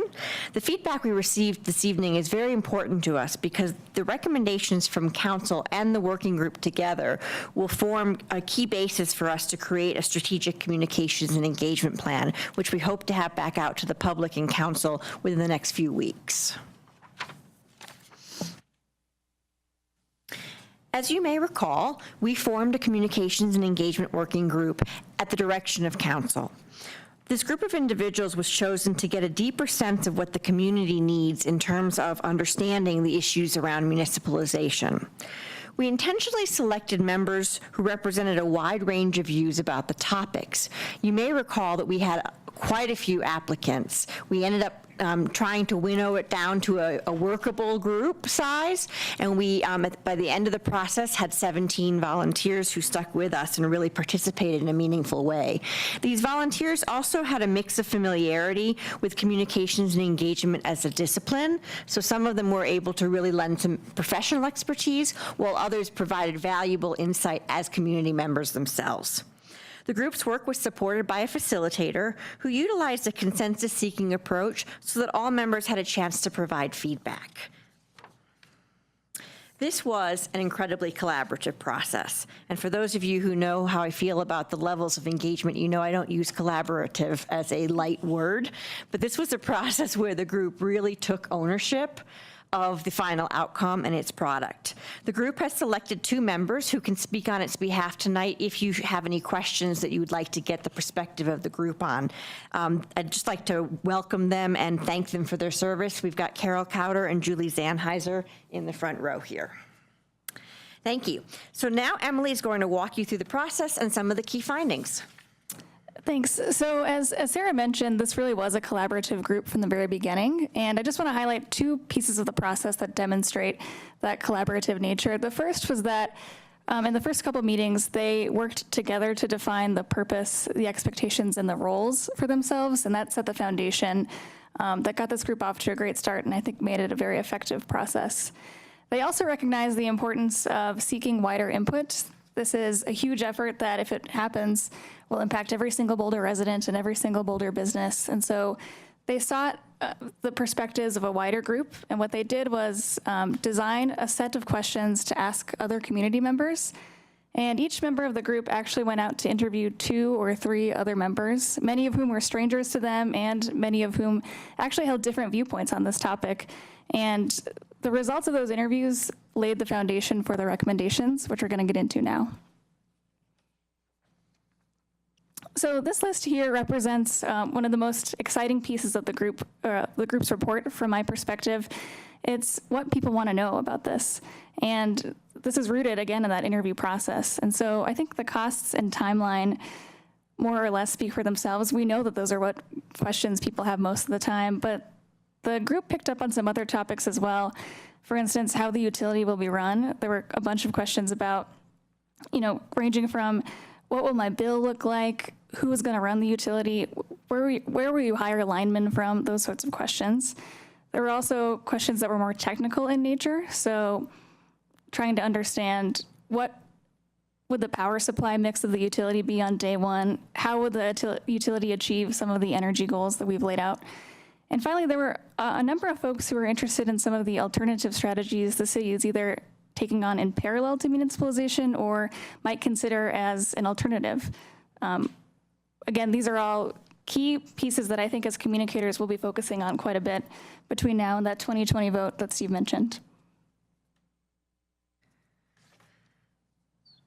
So in addition to the research that the group did itself, the group also recognized that they needed to have a fair amount of education about what's been done in the past and what some of the complexities are of this issue.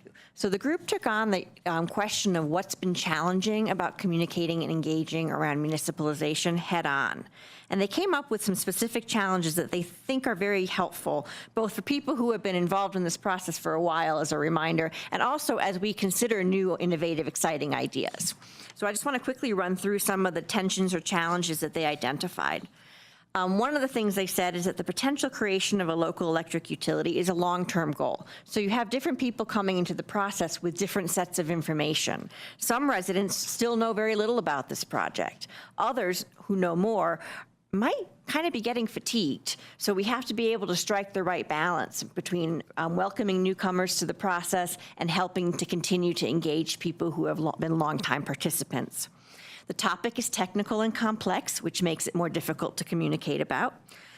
While many in Boulder agree that we need to address climate change, we've seen over the last couple of years that there are disagreements among reasonable people about whether a local electric utility is the right solution or the only solution.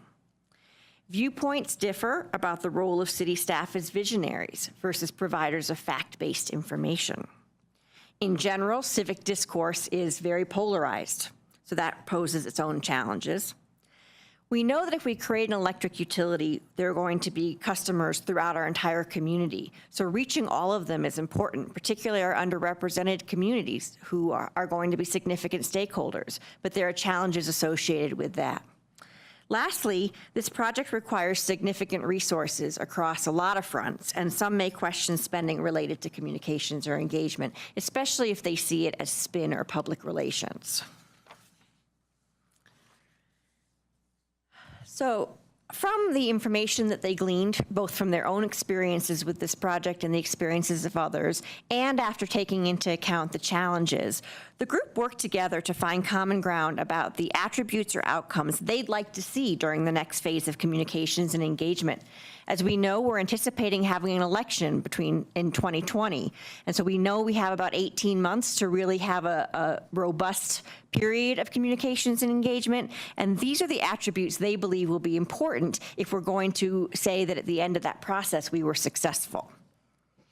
The first is inclusivity. The group felt strongly that we need to involve a diverse set of audiences, including people who might typically not interact with city projects for a variety of reasons. The second, alluding to the challenge they talked about the different views on the role of the city, they said it was important for the city to balance visionary communication and objective communication. They even suggested the use of possible labels to differentiate the type of communications we're participating in. So for example, if we're sharing the city's vision, we could say this is a vision statement. If we're sharing a consultant's report analyzing a couple of different possibilities, we might frame that as analysis. And then, of course, one of the roles staff often has at the end of these types of engagement and analysis periods is to make a recommendation. So we would have to be clear if we were making a staff recommendation. So people at least knew what to expect when they read the information or heard the information that was being presented to them. The next attribute they talked about is transparency. The group did generally feel like after 9 years of working on this project, there's a lot of information available to the public, but it can be difficult to find. And staff actually concurs with that. We occasionally have difficulty finding some of that information. The group recommended that the city update its website and provide brief digests for long documents. As council well knows, many of the memos on this project have been hundreds of pages long, and it would be helpful for members of the community to be able to get a sense of what they're diving into before they look at a memo that's maybe marked only by the date. The group also said it was important to be upfront about uncertainties and disagreements. They briefly discussed a technique the city has been using on this project on its frequently asked question page, acknowledging when there's disagreements about things. So for example, under the cost section for Energy Future, some members of the community would like us to include some additional costs that they think are pertinent to this project to give people a sense of the scope of the project. So the city has provided its accounting of the costs based on how we typically frame costs for a project, but then we have a question underneath it that says, why have I heard a larger number? And the city has explained what that larger number is about and who's adding, how people are adding additional aspects in. So the group felt like that goes a long way towards increasing credibility and clearing up any confusion there might be in the community. Lastly, on the issue of transparency, they felt very strongly that we need to be more clear in the future about periods where we might have more limited communications, whether it's because of litigation and ongoing regulatory actions where a decision is being made by a body of people, or because of an upcoming election. The next attribute, as Emily alluded to, there's lots of questions about, okay, I understand the goal and the vision, but how would this utility function? So there's a real thirst for substantive information. The project team is going to be working on creating a lot of that information. They want the input from the community members when we can have such input available. And they also, it's going to be important for communications to then share that operations plan with the community. One of the key questions under substantive I'll just mention is how and when would a city utility be different from Xcel Energy? And that's a key question that would have to be covered in that operations plan. The next attribute, I think, is fairly self-evident. They really supported the idea of timely place-based communications and encouraged the city to make information digestible and make it available in other languages than just English whenever possible. They also talked about the value of having a mix of in-person and online opportunities, so that's the multifaceted aspect. The last desired outcome is one that the group really developed on its own and had some very interesting conversation about. Through its dialogue, the working group really developed a new appreciation for the power of shared learning around this topic. Some members pointed out that if the city begins providing electricity, we are offering the potential for customers to interact with their utility in a whole new way. And it would be really valuable for the city to begin to model what this new form of engagement could look like, so people would be prepared to be active and engaged customers.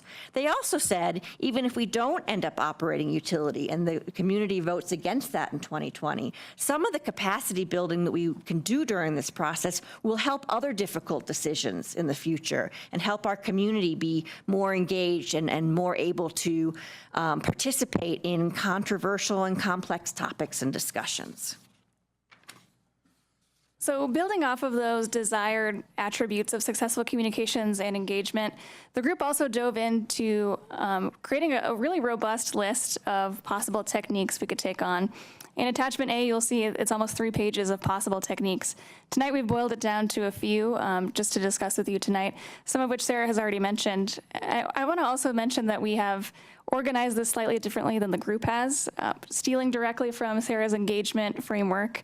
We've got the engagement spectrum here, informed to collaborate. And I'll just expand on a few of these. Like Sarah mentioned, the website refresh.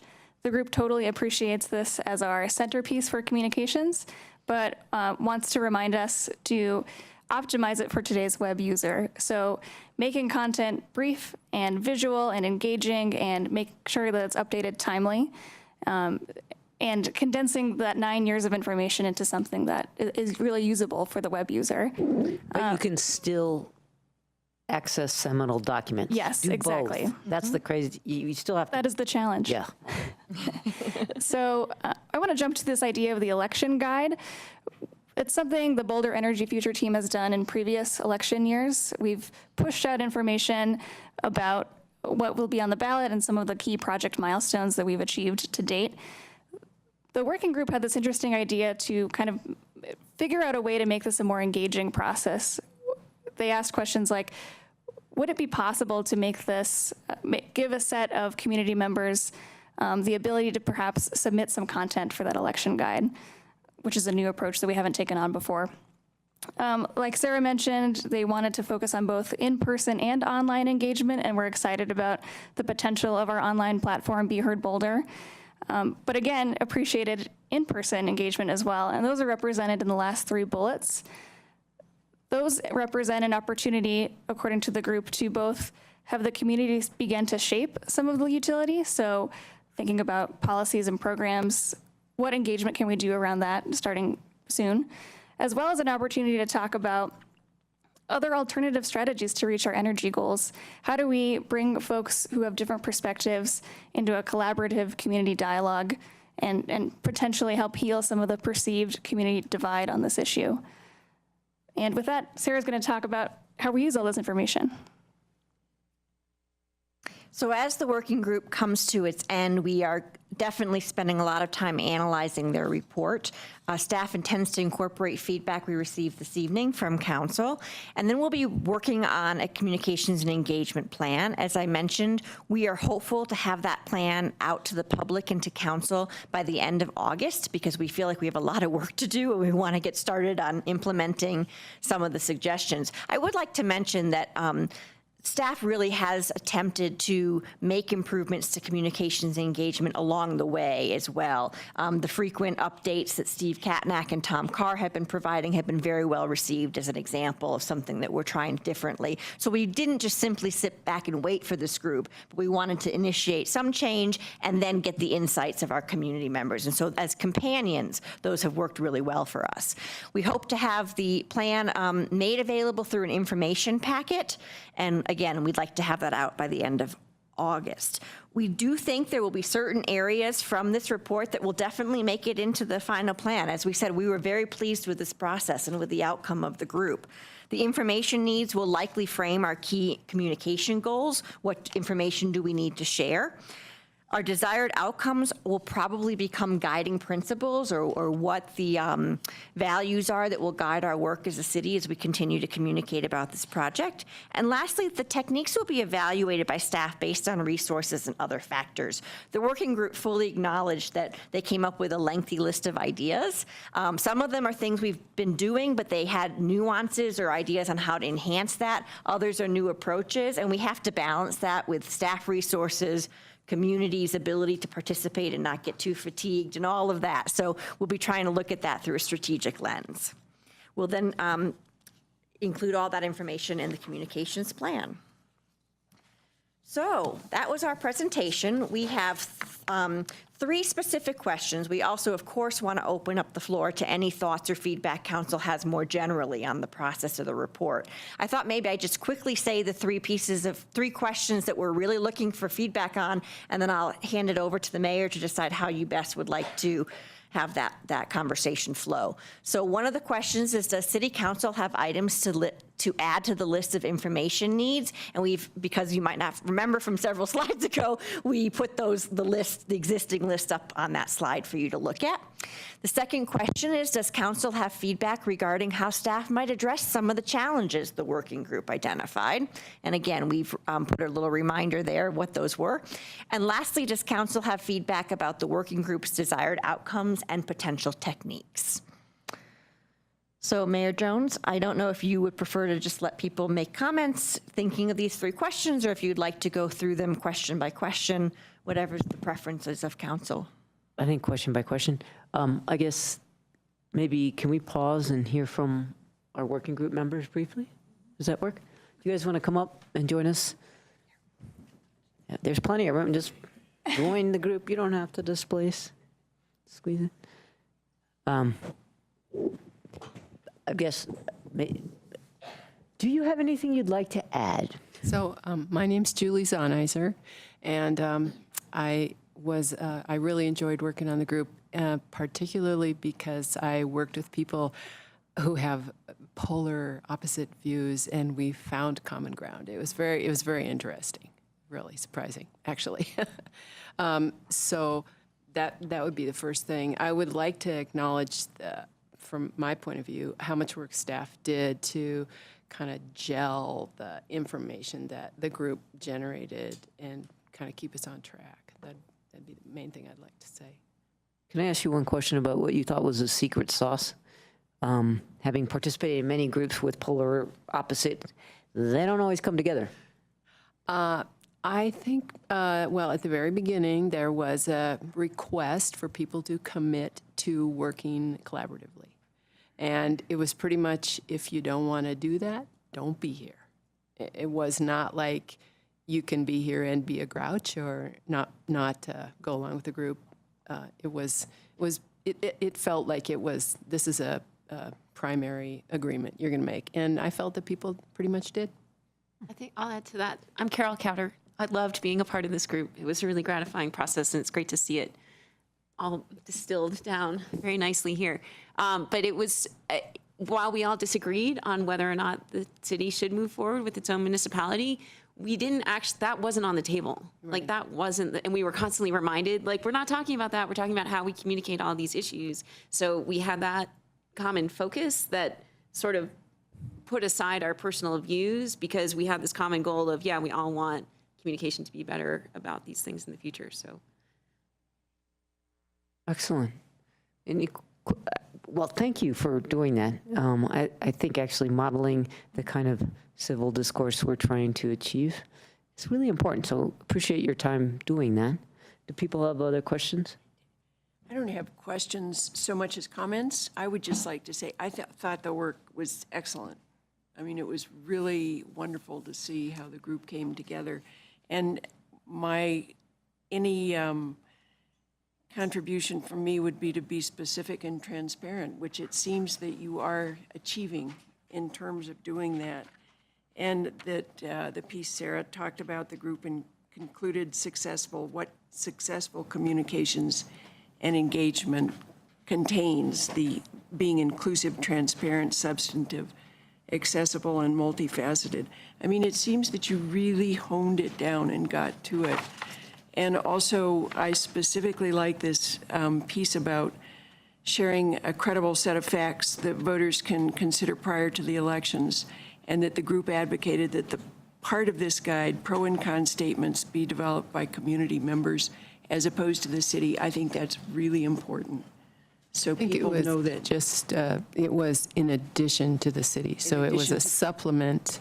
I think I got that right. That it would be in it, and it does. Kind of like the voter guide. Yeah. It would. Is it, yeah. The blue book. Yeah, has that. But kind not. I don't think that my impression was it wasn't would to be supplant it, but to be part of it. To be included, but not to be the whole thing. Right. Yeah. Excellent. I just think that that's a really great idea, that people need to hear from persons in the community as well as from the staff to make it more credible. So you guys hang around. We might have more questions, thoughts, and so don't go anywhere. Okay. But we're going to answer starting with question 1. Okay. Information needs. Sam. Yeah. So I'll probably have a lot of bullet points to throw in here, just having worked on this a little bit. One of the things that, this was from the perspective of what questions do people ask coming into it when they don't know a ton about it, right? They're asking cost and timeline, and I agree with all of those. But there are some things that most people don't even know to ask about a power system. One of those being, for example, reliability.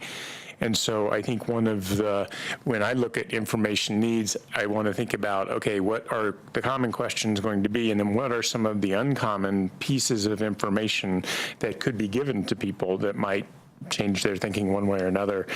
And so I wrote down a few of them. I wrote down reliability as it's just typically thought of, does a tree line come down on it in a snowstorm and take my power out? But there's also the resilience component, the kind of the new, like the DOE grant, can we island neighborhoods? Hospitals already have to do this, but are there other non-critical structures that could do that? And that's something that I think is an emerging kind of power discussion. The other is obviously the power mix. I think that's a key component. And that might really be part of technical information, the way you have it up here, but I think that's critical for everybody. It's like, how fast are we going to get there, and when's it going to look a lot different than Excel, if ever? And then the last piece like that is alternative business models. The ability to make local decisions to manage your system differently than typical investor-owned utilities are managed. And so those were 4 things that came to mind on this slide. I'm sure you talked about some or all of those, but at least a few of them, I think, need to be thought of as not just what are the questions people will first ask, but as they have a conversation with someone more knowledgeable, what might they end up talking about? So that was my thoughts for this one. I might also add, there's a lot of discussions out there about, under technical information alternative strategies, those are so broad that it's hard to remember what those mean. But so I just want to make sure included in that is we have pursued multiple strategies and are pursuing them.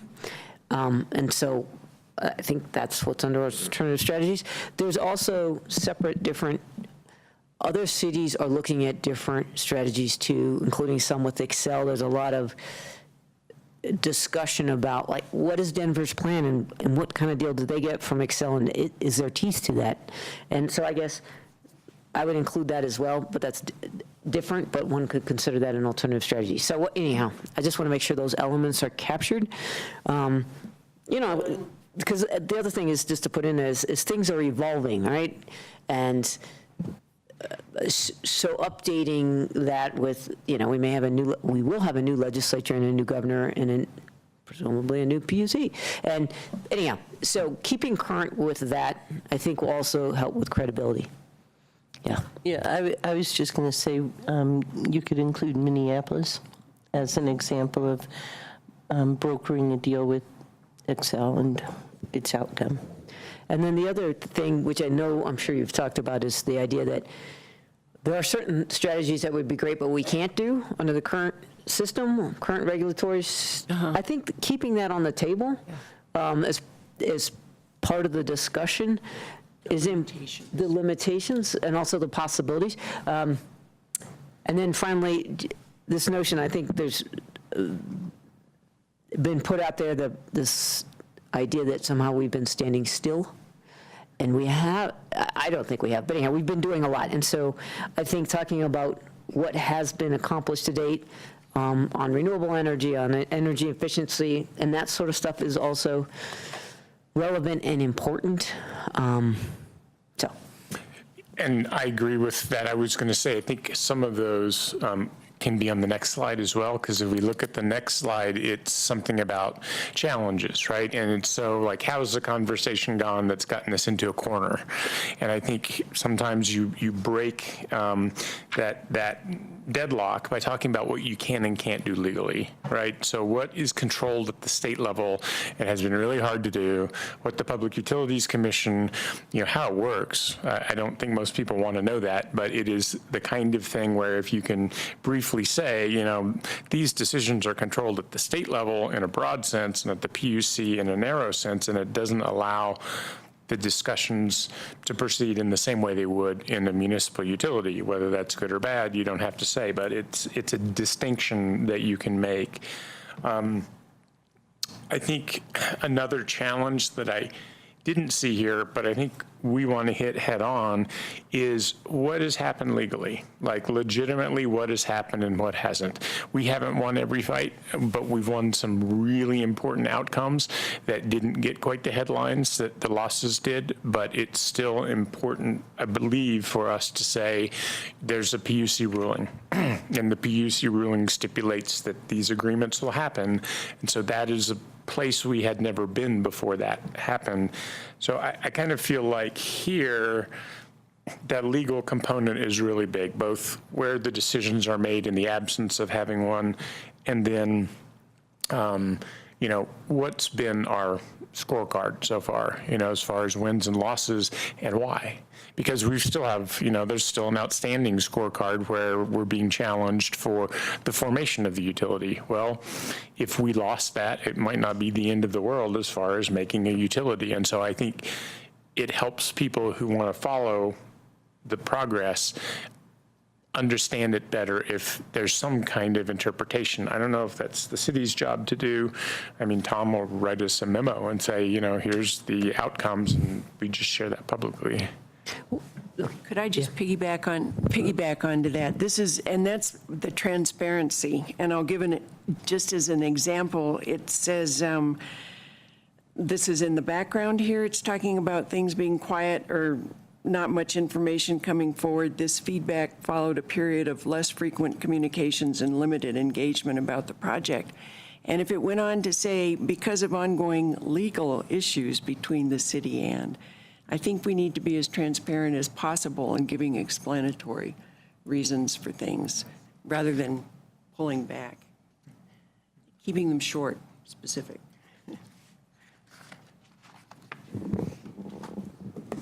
Back to number one. We still haven't moved to number two, right? No, just one of the things that I didn't see talked about that I think would be useful, especially in terms of, Sarah mentioned the newcomers, you know, how do you balance the newcomers with the people that are already seeing fatigue around the project? A glossary.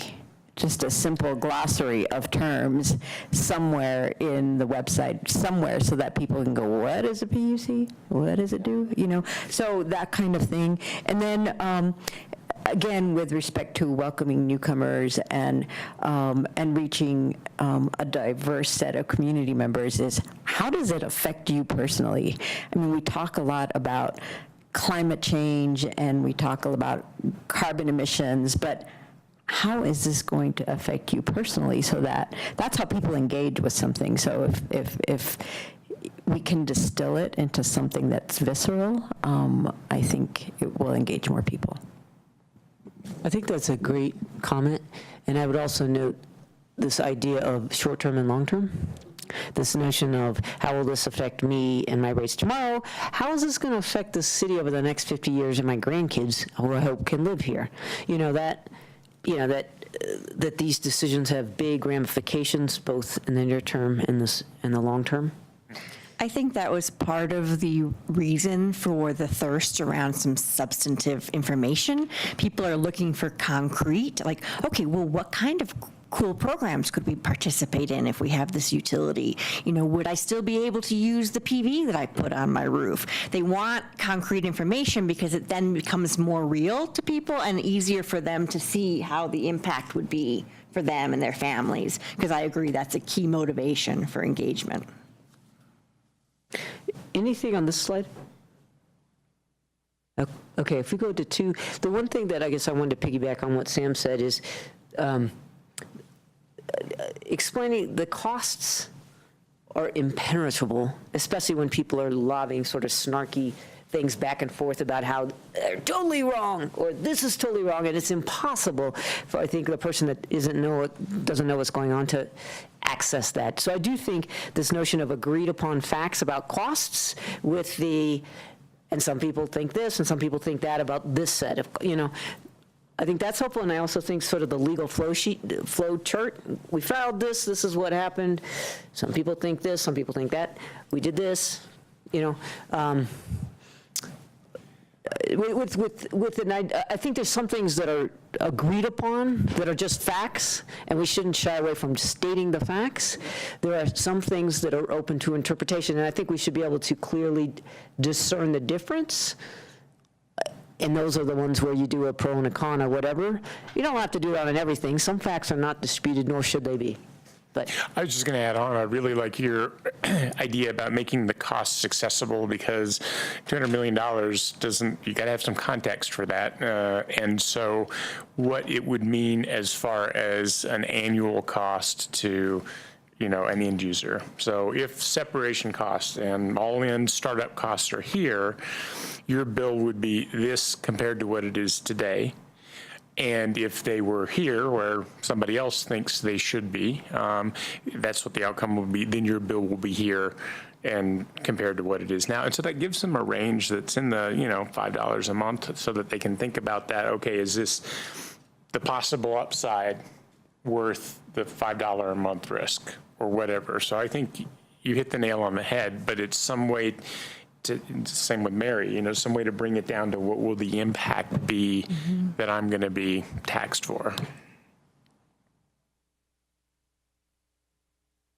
And I think, given these challenges, the better we can do this, the sooner, before the ridiculousness of elections kick in, the better. So inevitably, it's July and city staff's scrambling because they have to go silent in August. And that's just the worst time to be doing anything. So to me, all of this stuff should be done in the spring, you know, way before the election. So it's a build-up so that when things go silent, it's, for the city staff, nothing misses a beat because the populace is already engaged, and then the pro-con, and then all that stuff can take over, but everybody's operating from an elevated set of facts and capacity, I guess. Okay, do we have any more challenges we want to point out? Could I make a comment? Yeah. I think one of the things the group acknowledged, and Carol can corroborate this or not, was that we don't want to wait too much longer. I know that we got the election coming, but we had a giant black hole when we had the legal proceedings last year, and people came up with their own conclusions about why there was no information, and they made assumptions. And so I wouldn't want to wait. I mean, I think the group would want to, if I'm reflecting from the group, to, there are some timelines that Mr. Katnack has developed, and there is some information, is my impression, that's available. And so trying to make what is known available sooner would be Start now. better. Yeah, I'm sorry, I didn't mean to imply we should. Yeah. What I meant is don't wait, and sure don't get caught up in a year and a half from now's election. Yeah. But yeah. I totally agree with that. Yeah. Okay.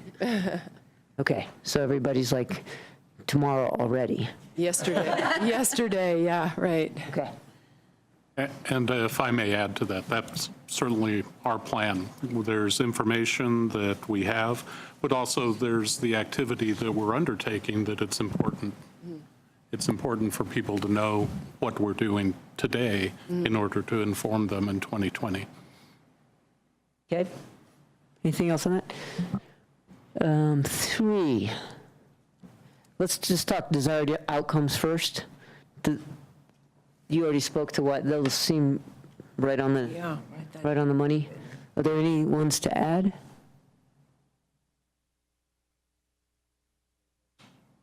Great job. Yeah, I think to the extent that we can build common ground, up until the point we disagree, that would be a desired outcome. Like, I think most people in the city might agree on the vision, or at least portions of the vision, and then it's just, what's the best way to get there? And I think the more we can reinforce the common ground, the better off will be. Anyhow. Okay, potential techniques. Yeah. So I had a few thoughts here. One of them was Steve Katnack used to run the municipal utility in Fort Collins.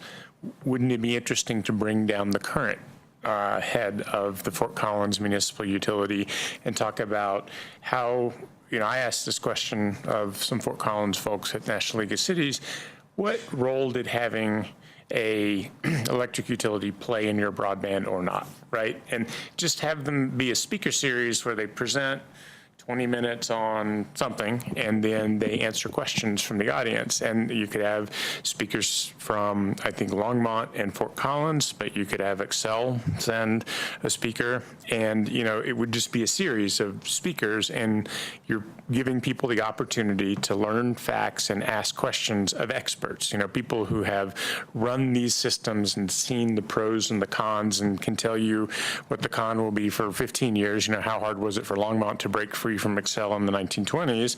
They had to pay, and then it got better for them. And so there once was a historian who did a talk to CU about Longmont's history of municipalizing. It was fascinating. The paper headlines looked just like the paper headlines in Boulder at the time. So anyway, I was going to suggest a speaker series, and there's the functional speakers who I think can give people reassurance that this isn't rocket science, and that, a few facts, 15% of the U.S. population's under a municipal utility, maybe it's 10, but their rates are 15% lower, just some facts. And so, but have those facts come with people who can answer the questions on the fly because they have command. And the other is, one of the main reasons we talk about doing this is because of climate change, obviously. And so there's a lot of work coming out about the philosophy of dealing with climate change. It's from as simple as your solutions have to be additional. In other words, why are RECs brokers problematic? Well, because not all RECs are created equal. And so having some discussion about that from people who don't even know what a REC broker is, right? They're in a room and somebody talks about this component of climate change solutions. And then there's obviously the energy mix, looking at current solutions and emerging solutions. And then there's this great website I just want to promote the heck out of called drawdown.org. And it's taken some of the leading couple hundred academics and had them come up with and analyze the top 80 climate solutions available to the planet. And it's shocking what's up and what's not. Food waste is high. And wind power is just after that.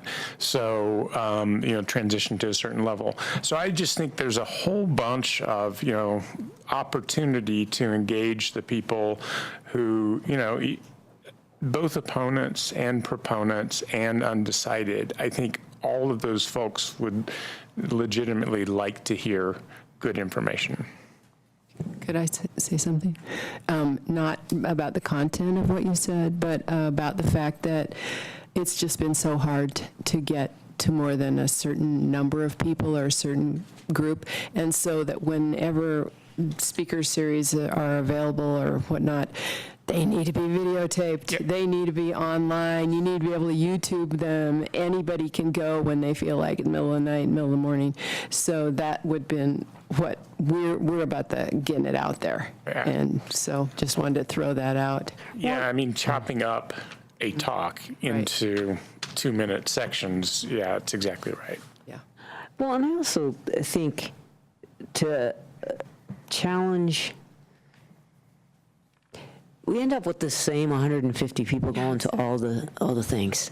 And I guess I don't know whether we need to take it on the road and have a few pro-con people who can civilly debate approaches, go on tour and go speak at the Rotary and go speak at the Chamber and go out to folks who need to, and a whole lot of other audience, go out to the big churches, whatever it is, to engage people that wouldn't normally pay attention or wouldn't go out of their way to go to a lecture.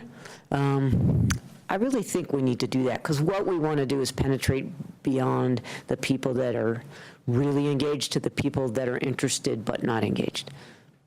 And I think we want to think really creatively about how to do that. Again, before the election. Yep. No, I think the idea of debating and getting it out there, I think that would also be a really great video. Again, to Julie's point about having it be available on demand, basically, whenever people have the time to watch it, I think is a real important piece of it. And the other thing I was going to mention in terms of, techniques, there's always the use of analogy that brings things to real understanding. There's this really great video that I've actually put on Hotline a couple of times that explains how Tabor and Gallagher crash, and it does it in a really graphic and simple manner, and for about the next 2 minutes after I watch it, I understand it. And then so, but something that is graphic and engaging, and it's not two talking heads debating, which I think is useful for some folks. But I think, again, getting down to, the visceral piece where you're trying to engage new people, why does this matter to you? And to do it in a graphical, fun manner would be, I think, helpful.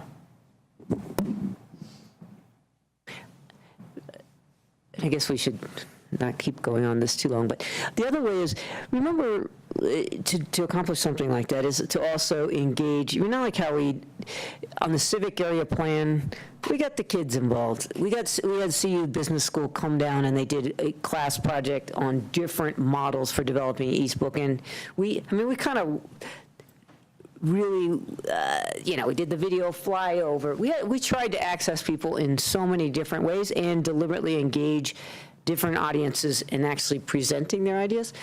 And I know this is a little different, but I do think the more we can engage, like CU, there should be some CU classes that are actively engaged in this civil discourse, or make a cartoon that explains what they think are the key elements, or, I don't know. Anyhow, we just need to engage people in more of these,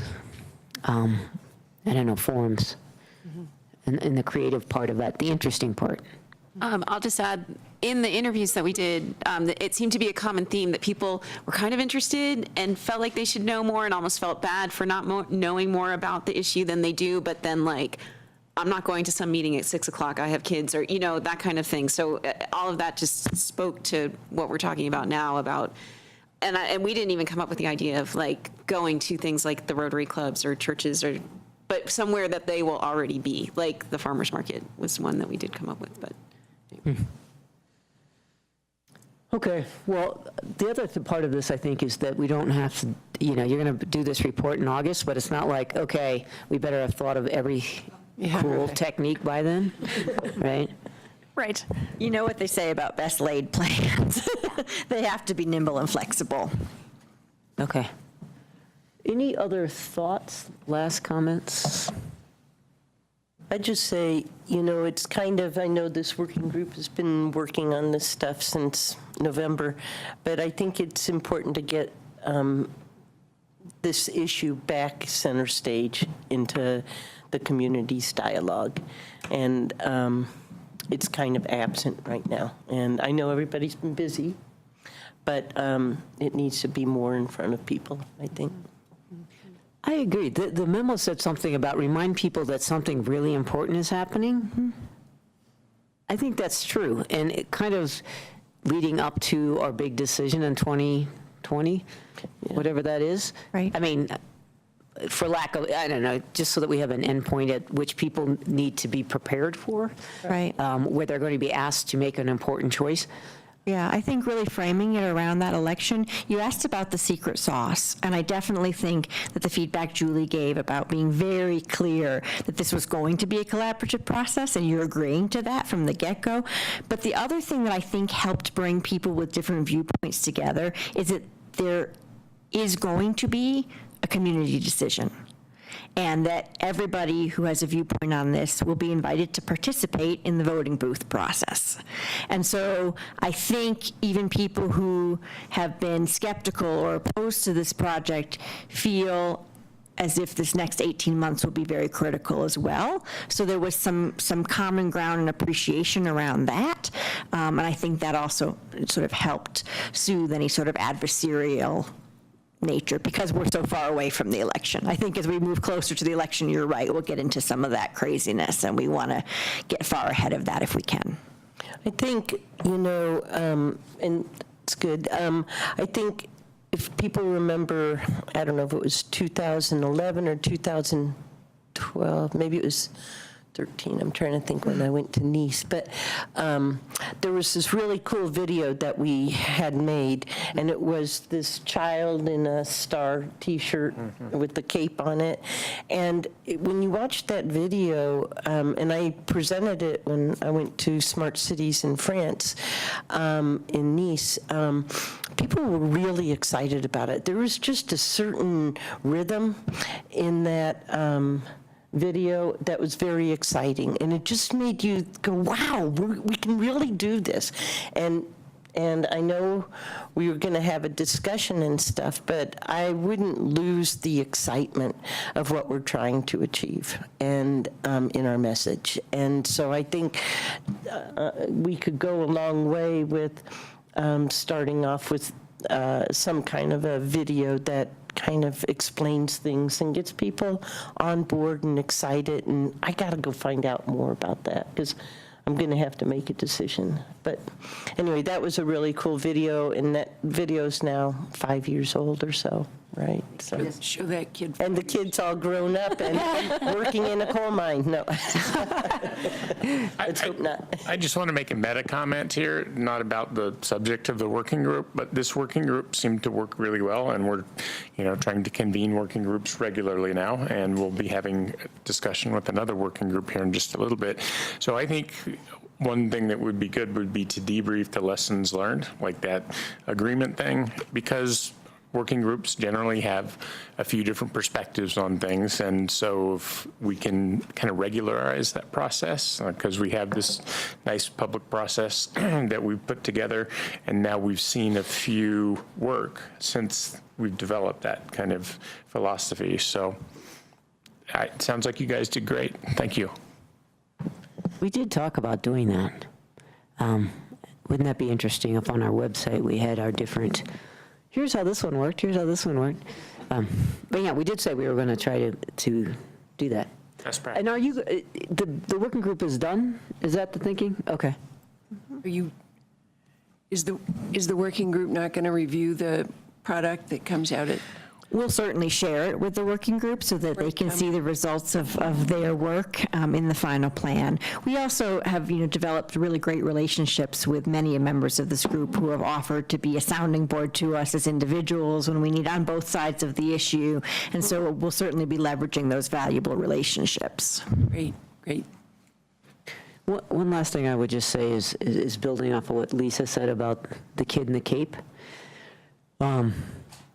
You guys notice the difference between balancing vision and objectivity, and I think that's a wise statement, and the city is allowed to be visionary and inspiring around these goals, and indeed should be, and I would hope we're not abashed about that. Duly noted. Thank you. Yeah. Okay, are we good on this? Thank you. Thanks. Thank you very much. Thanks for your service. Yeah, thanks. Great. So fun to see it work. Yeah. Yeah. Okay, working groups are us. Number 3. Yeah, this is the democracy. Right? This is what democracy looks like. Yeah.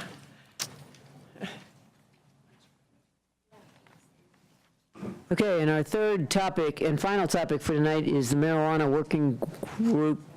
Why is it called MAP? It's the marijuana Advisory panel. Okay, it's not a working group, an advisory panel. Yeah. Okay.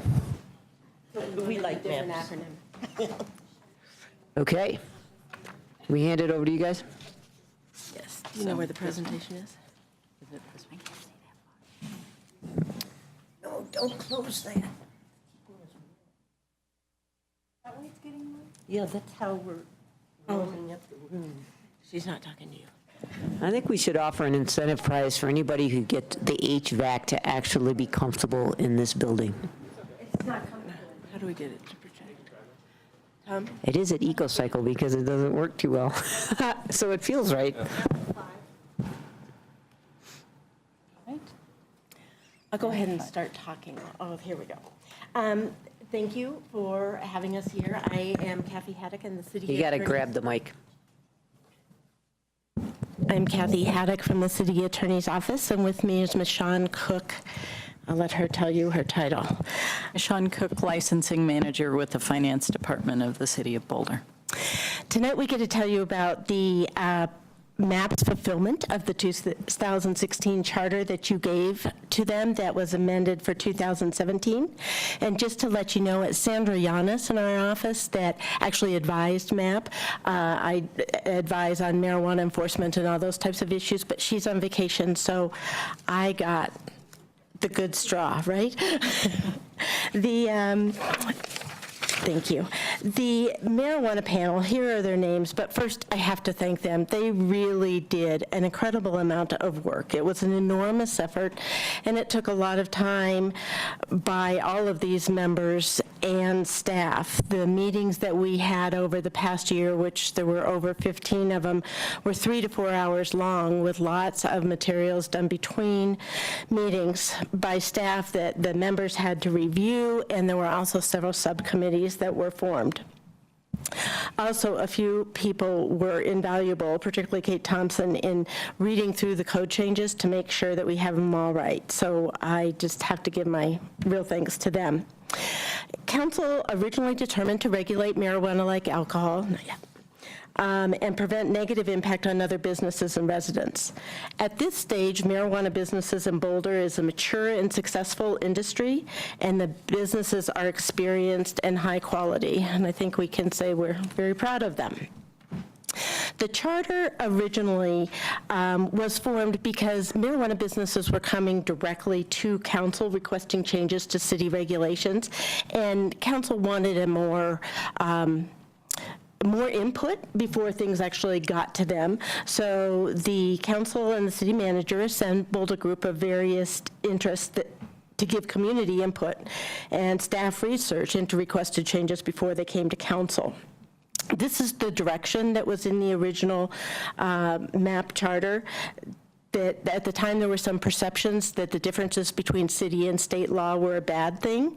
I think that what everybody came to understand is that the city and state laws regulate different things, and so there's a purpose and necessity for them both, but that we did have to constantly look at as things change in the state law or the city law so that we weren't making marijuana businesses do one thing when the state was making them do something else on exactly the same thing.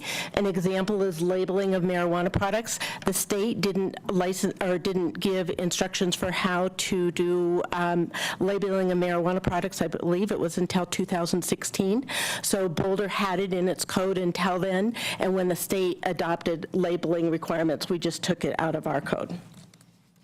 Another emphasis in the charter was to balance the desires of marijuana businesses with the effect on others, particularly youth. The results were pretty astounding. There were 35 recommended code changes that were reached by consensus of MAP. No one got everything they wanted, but all of the issues were addressed, and the consensus on the issues that could be reached was reached and adopted by council. The exception are the Title IX changes, and these are the changes that would increase the size and number of businesses by making changes to zoning, density, size of businesses, those types of things.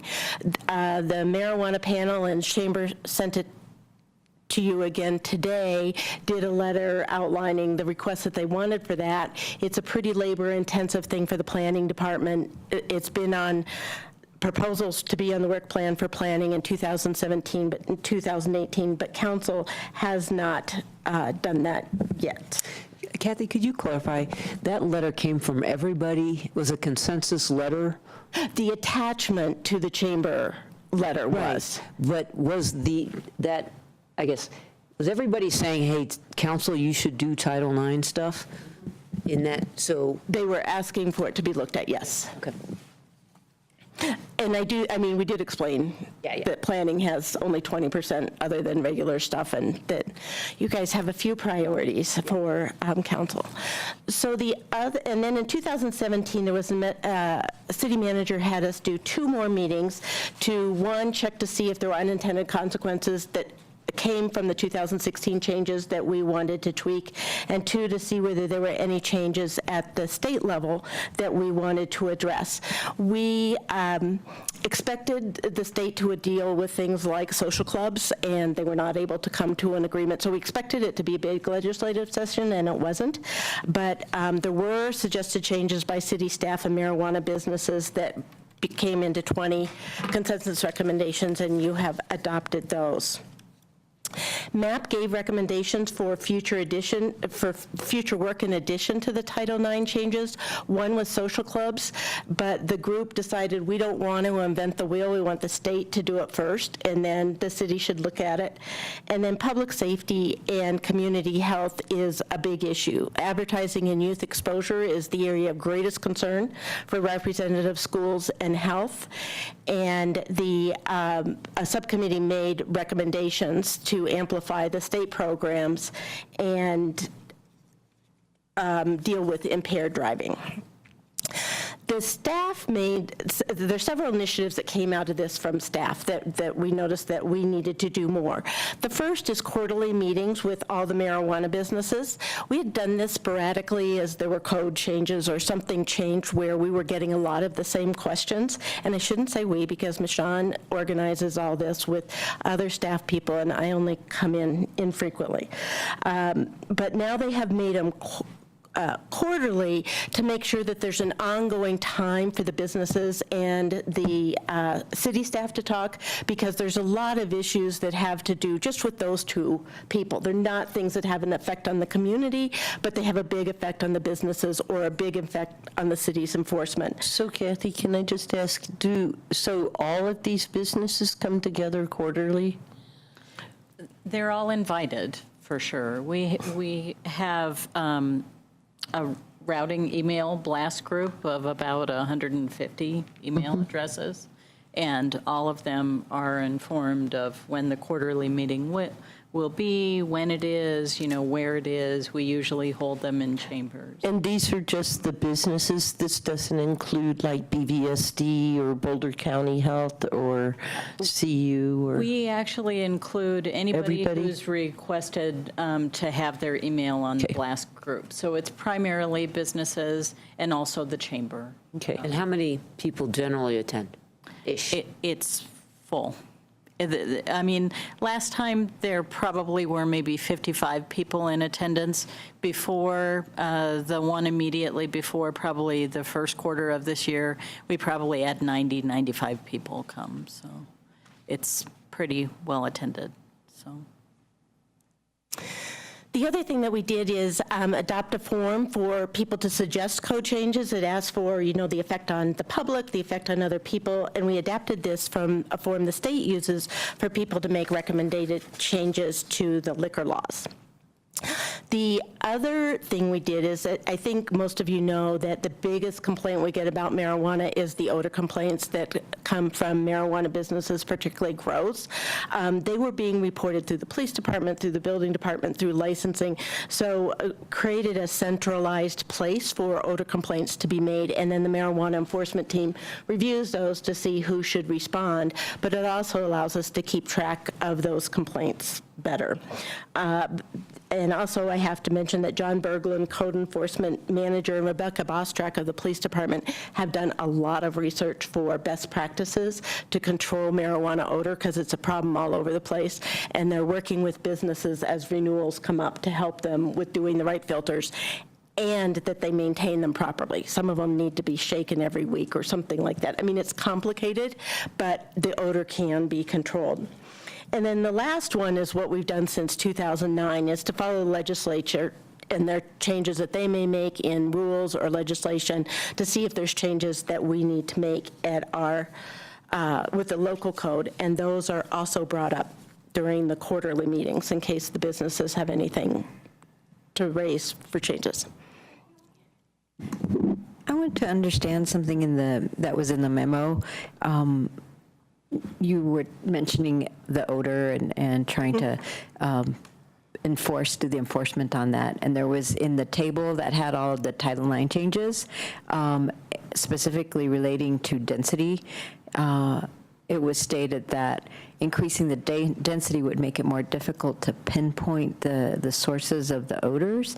And I wanted to understand that because I didn't understand how that could be, it could be difficult to pinpoint if you have the address and you go to the place that's generating the odor. So I wanted to understand that. Okay. A lot of the warehouses that have light industrial zoning have several different marijuana businesses in the same building. So when you go to the venting system for the building for what's coming outside, it doesn't necessarily all come just from one of the marijuana places. It can come from the building itself. So it's a detective work type thing that the building inspector climbs on a lot of roofs and tries to check the source and checks their filters to see what they're doing. Sometimes it's obvious because it's coming out of a vent, or you can see a vent doesn't have a filter on it at all. But a lot of times it's hard when you have 3 or 4 businesses in a place. What the best practices have done is that we can have kind of a prima facie level of this is the minimum that's required to control the odor, and if you don't do it, you're going to be presumed to be one of the people causing the odor. So the work that they have done has really helped. But yeah, when they're all in the same area, it's tough. So What would be the case then is if you increase the density, there would be presumably more businesses within one building, making it more difficult to then. Correct. Yes. The last thing is questions for council. So we had, CAC asked for a couple things to be addressed, so maybe let me just, know what I'm going to ask.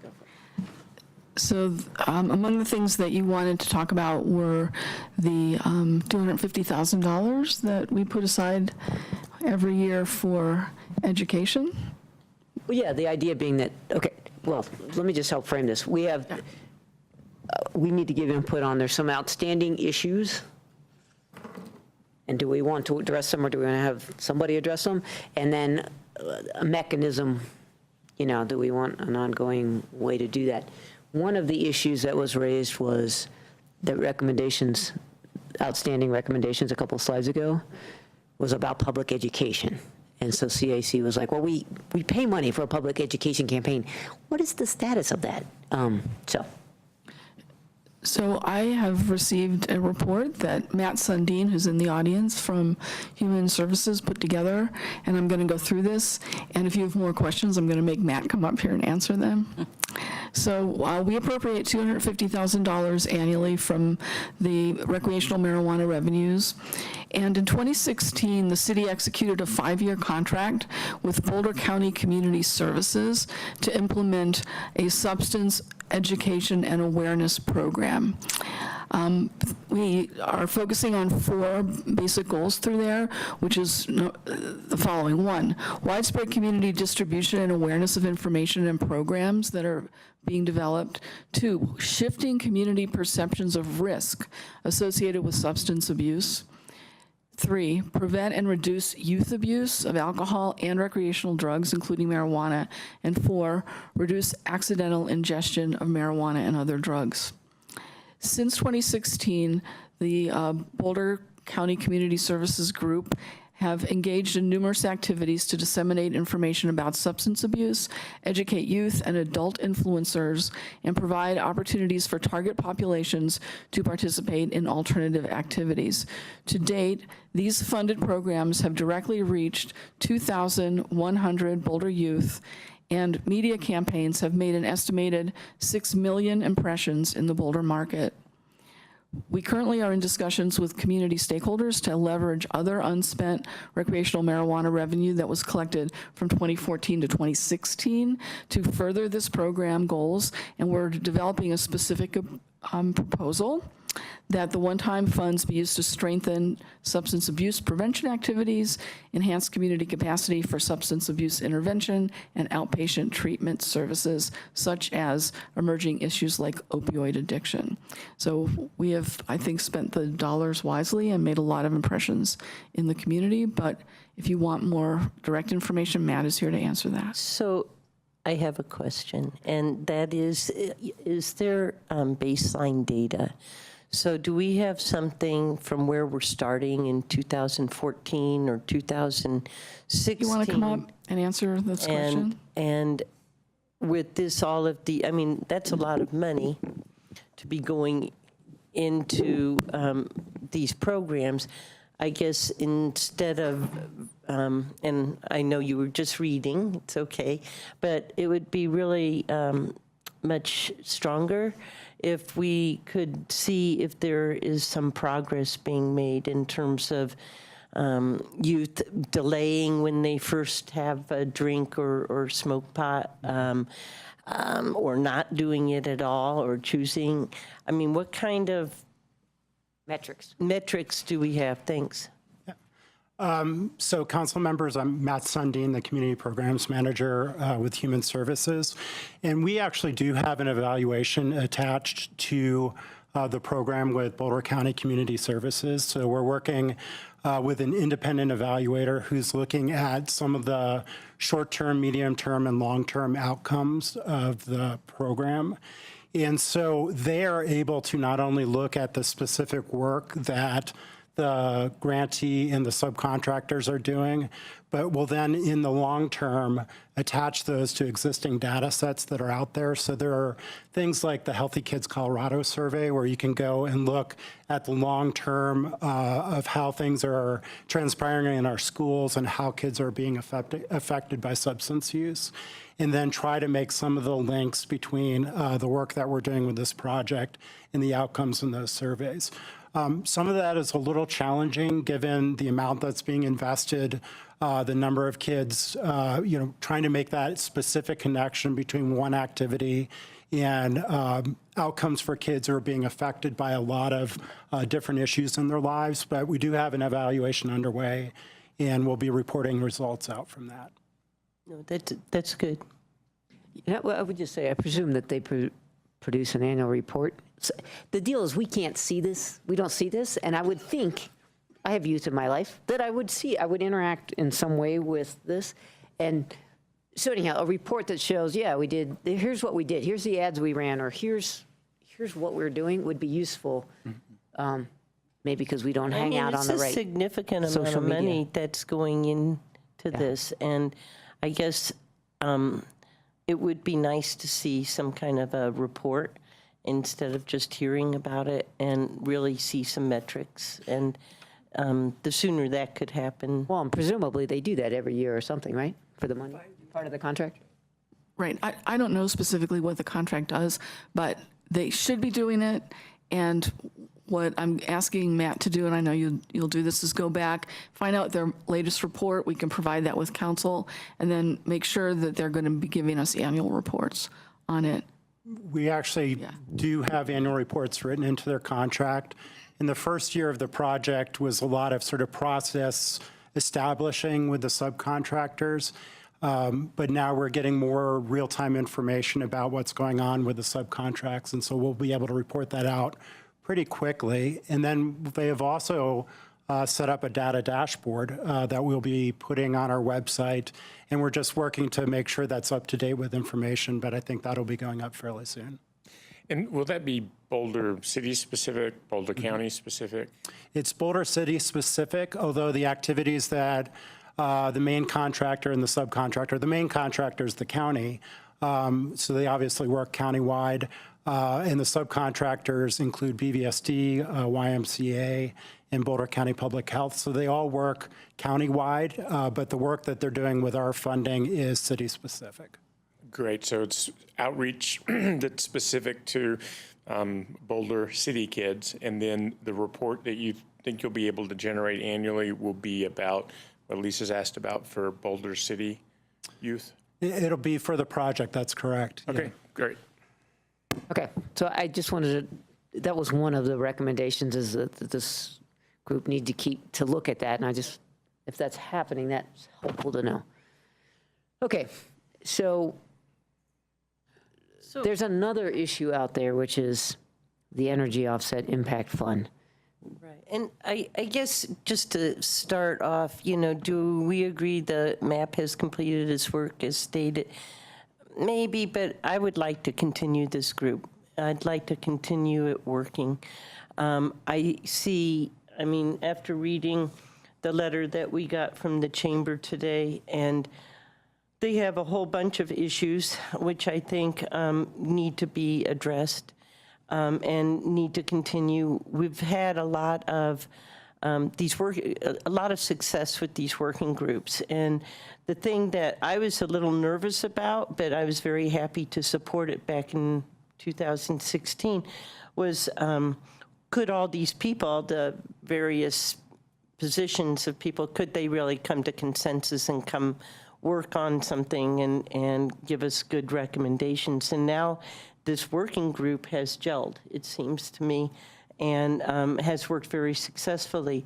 I also am somewhat, we've gotten, some of us have gotten emails about the Energy Impact Offset Fund and whether it should be applied the way it is or not, as well as we just, Oklahoma, I think, was the 30th state to legalize medical marijuana just in the last few weeks. So, and that's Oklahoma. It is totally mainstream. So from my perspective, I think we need to keep this group together. I know there's additional expenses. In the memo, you mentioned something about that the facilitator was really good, and that in order for this group to continue working, you would need to keep the facilitator going. And so it seems to me that the taxes that we get out of marijuana could pay for this facilitator. And it seems like, at least in this letter, everybody who's on this group would like to continue to work together. So I don't know why we would stop the group at this point in time when I think Lisa? there's still... I'm not sure. Kathy, could you correct? I'm not sure that last bit is true. If that's What? an assumption that everybody on the group supports it continuing. Is that true, Kathy? Well, it's... I don't believe that it's true. And not to say that, but I don't think that maybe you have all the information. We are, the people that are not marijuana businesses, the people that are marijuana businesses are the ones that want changes and want, when you look at the list, it's more exposure and more things. And the other people that are on, the community members that are on, have limited resources and limited ability to participate in these things. So if it's always going to be, if you want to continue MAP, we probably need a new charter about what you want us to do. And if it is just to push more on the regulations, we're exhausting the community members. And they at least have told me they cannot continue to participate at the pace that it's been going. So I think what council has to decide is, you've heard about they're trying to do statistics, trying to figure out the effect on youth and all that other kind of stuff, but we don't have anything yet. So does council want to direct that there be changes to licensing, exposure of marijuana businesses and all those kinds of things before having those results? And then I think it will be, I don't know how many community members that will actually get to do that if that's council's direction, because if council's direction, that would be against what they've represented their most important part is.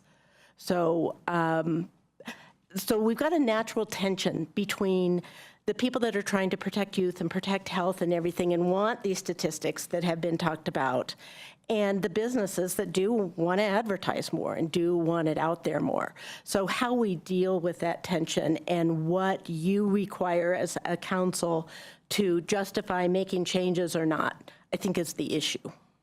Okay, so let's just pause and think there.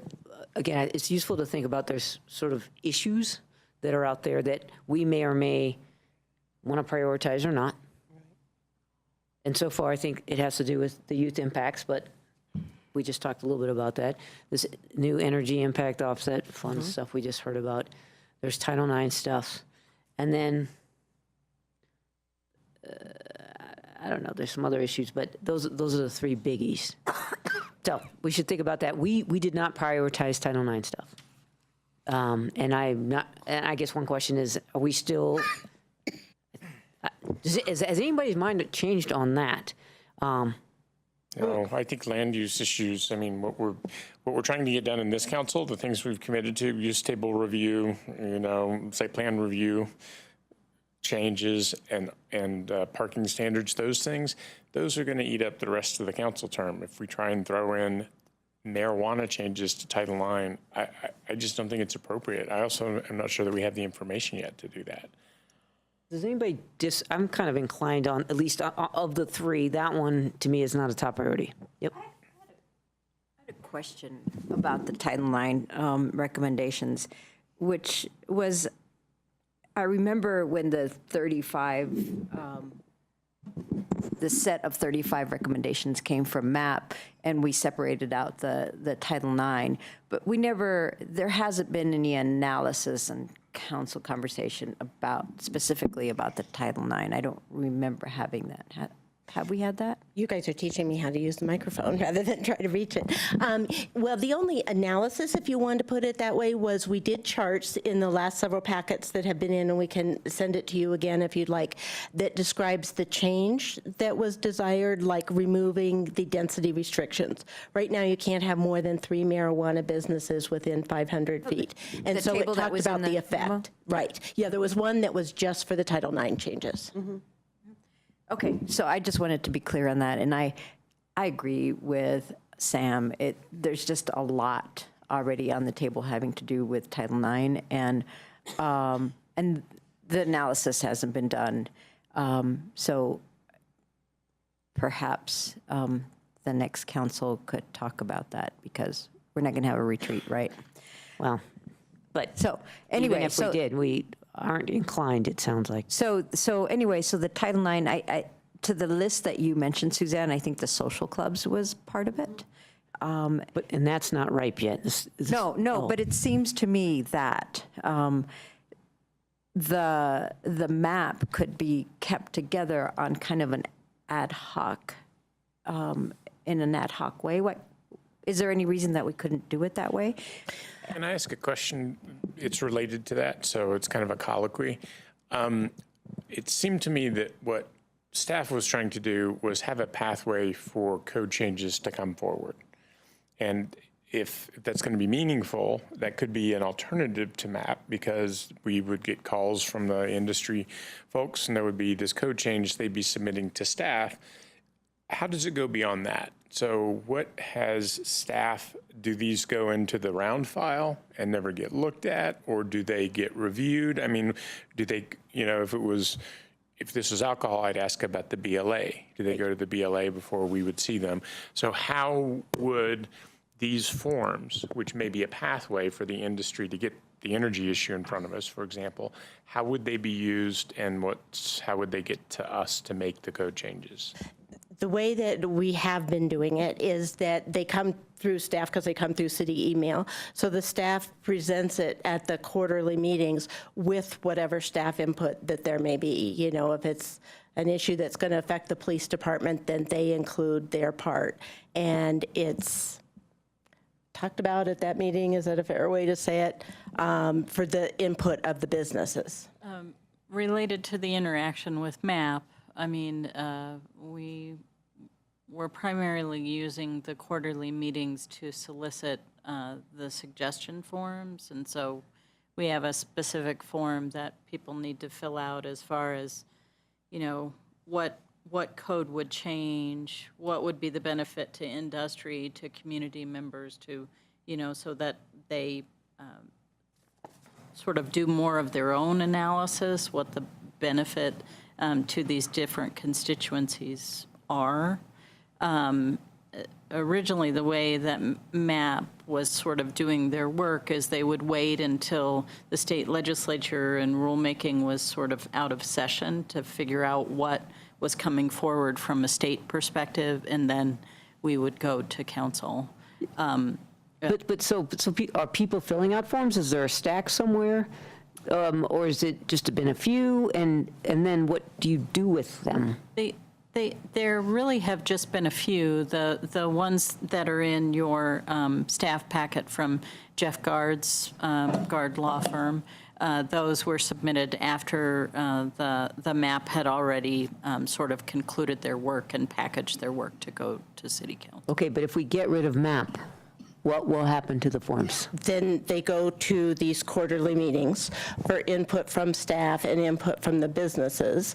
If there's some kind of consensus there and it doesn't affect other parts of the community, then it'd be brought to you. And historically, staff has brought changes to the marijuana code to you, I think, basically on an annual basis. Well, that's why we did MAP. What about if it affected the community? I mean, the value of MAP at the moment seems to me is you've got industry members and you've got community members, and they're working on consensus building, and we're getting consensus recommendations, which is very helpful.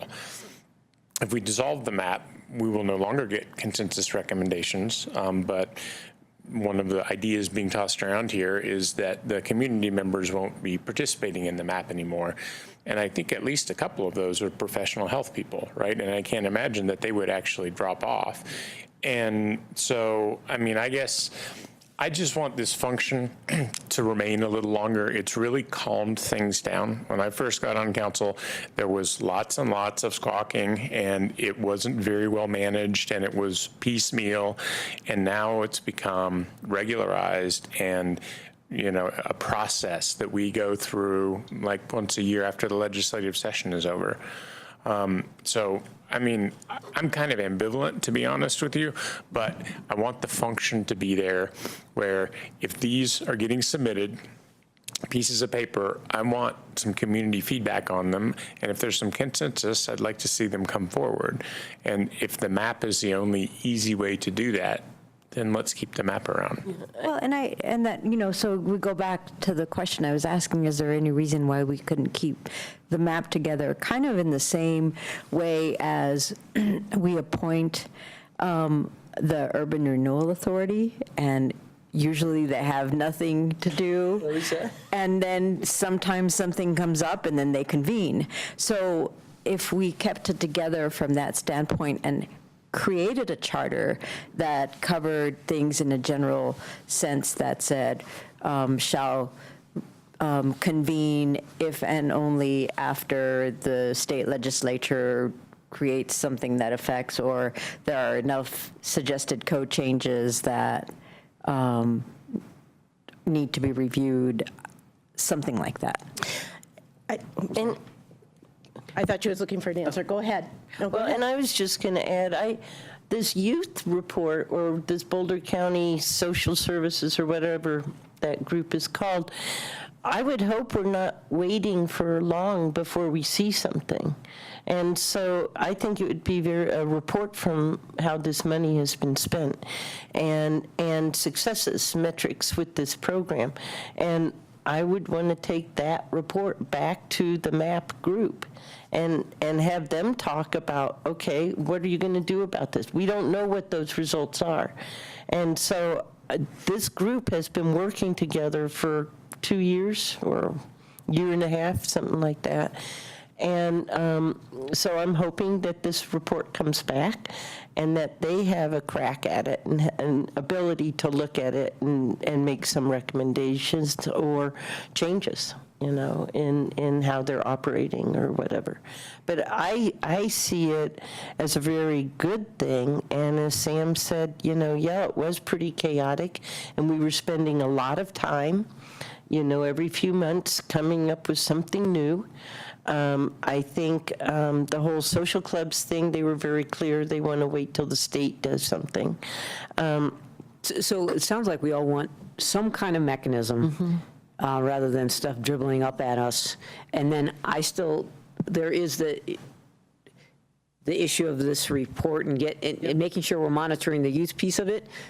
And then there's the energy offset fund, which we may or may not Need to talk about talk tonight, about. that needs to be addressed.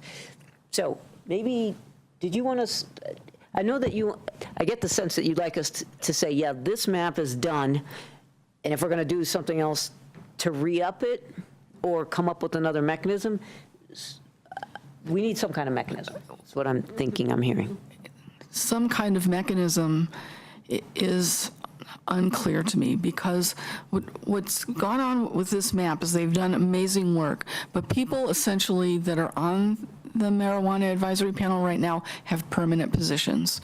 They've been on it for 3 years. I think it's been at least 3 years that this has existed. It's not rotating like any of your other boards and commissions are. They were all appointed by the city manager. If this is to be a council standing committee, then we need to think about it like really differently than what we have. When we establish working groups, the intent is that they will do a particular job and then they will end. And if what I'm hearing today is, no, you want to have a continuing group, then we need to decide what kind of a continuing group we want. Do we want it appointed by the city manager and they have lifetime tenures until they get bored and get off? Or do we want rotating tenures? How many people do we want? Lots more work would need to be done to recreate the group. So another alternative would be to take what the chamber said, which is, let's just keep this group going. They're doing a great job until the end of 2019. And at that point, we need to have a very serious conversation about whether or not we need it to continue or we need to completely change it so that it's a council advisory committee. Yeah, and that would give us plenty of time to talk about the structure of this group. I mean, I do think eventually we will need a marijuana advisory board, just like we have the liquor or beverages, BLM. And whether that goes with liquor, I don't know, but those are options that I think council might want to consider. So I guess for right now, I'd like to continue till the end of 2019 with this group. I think there's some big things that are going to come up on the horizon that we need to address sooner than later. And to have this group take the first crack at this stuff, I think would be very helpful to us. And so anyway,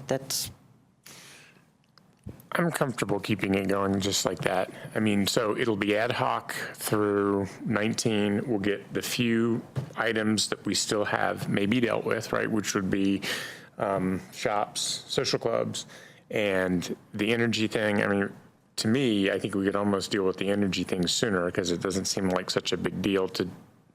Well, I'm not saying You see that tonight. letter? Well, we've got Yeah, staff I've read the here letter. to talk about it. I mean, And I think, I should have introduced Elizabeth Vasalka is here to answer your questions tonight, so Okay, I should have well, introduced I her. thought the letter was clear enough, and the distinction that I would make about the letter is, it's saying that dispensaries in particular, maybe MIPS, are getting a bad rap. But I don't see an argument against having grows have to do the same energy stuff in the city that they always have. So I looked at that letter and said, yeah, I think there's a point here, and maybe we need to talk about it more. Maybe the map can do it for us, but whatever consensus they come up with might be fine. But I think people were quite intentional when they wanted, the energy to be renewable, which I would translate, though that attorney doesn't agree with me, into reducing greenhouse gas emissions. So if you look at the relative energy consumption, the grows are big and the dispensaries are likely small. So if that was the fix, that's great. I found that letter a little more threatening than that. Well, that's okay, but maybe not. We're not taking it up tonight. No, we're not. We're not. So anyhow, but that, okay. So But that could go in the bucket with the map. Yep. Okay. So are we agreeing that we'd like to go ahead and just keep the map going through 2019 and then, but then say that it ends then and some other mechanism would And be we could say created? that we want the charter to be different, right? Because a bunch of charter things got done, so you could take all the ones that got done out and you could add in the ones that we've just made this short list of, and Title IX can hang around as far as I'm concerned until we do something with it. And I would add to the charter, maybe to have a conversation about how this might move forward. Have them recommend about how this might. Structure. Long-term, how the structure might look. I agree with that. That's a good idea. So I was with you until you said leave Title IX on the list.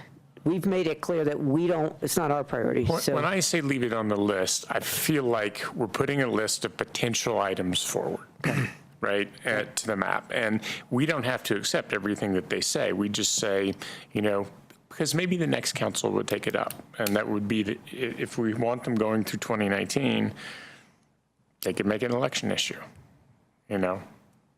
The people who want a change to Title IX, Right.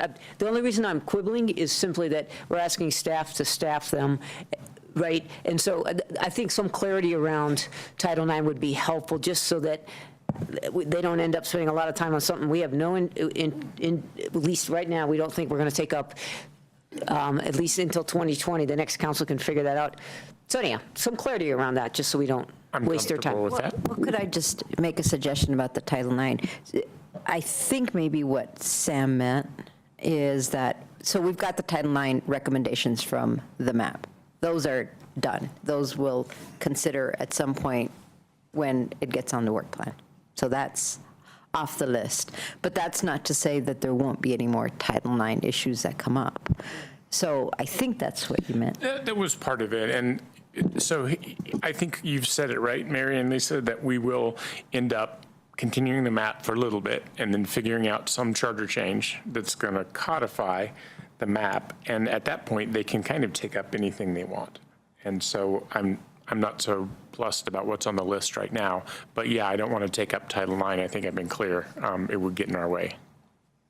If I could just say something. I was, in reading the memo, the thing that kind of surprised me is, and maybe I misread it, but that in planning, their workload is broken up into 80% is for people's applications, and 20% is kind of what we want to do on work plan type things. Is that correct? So inside our organization, when we talk about the work that we do, what we say to ourselves is that 80% of the work that we do is core services, which is for our planning department, it's dealing with landscape plans. It's working with the building department on zoning issues. It's stuff that the council and the people that are worried about the higher level comprehensive plan type things aren't really seeing. It's the day-to-day work of the organization. And in every part of our organization, 80% of the work is work that the community rarely sees unless they're coming to get a permit for something.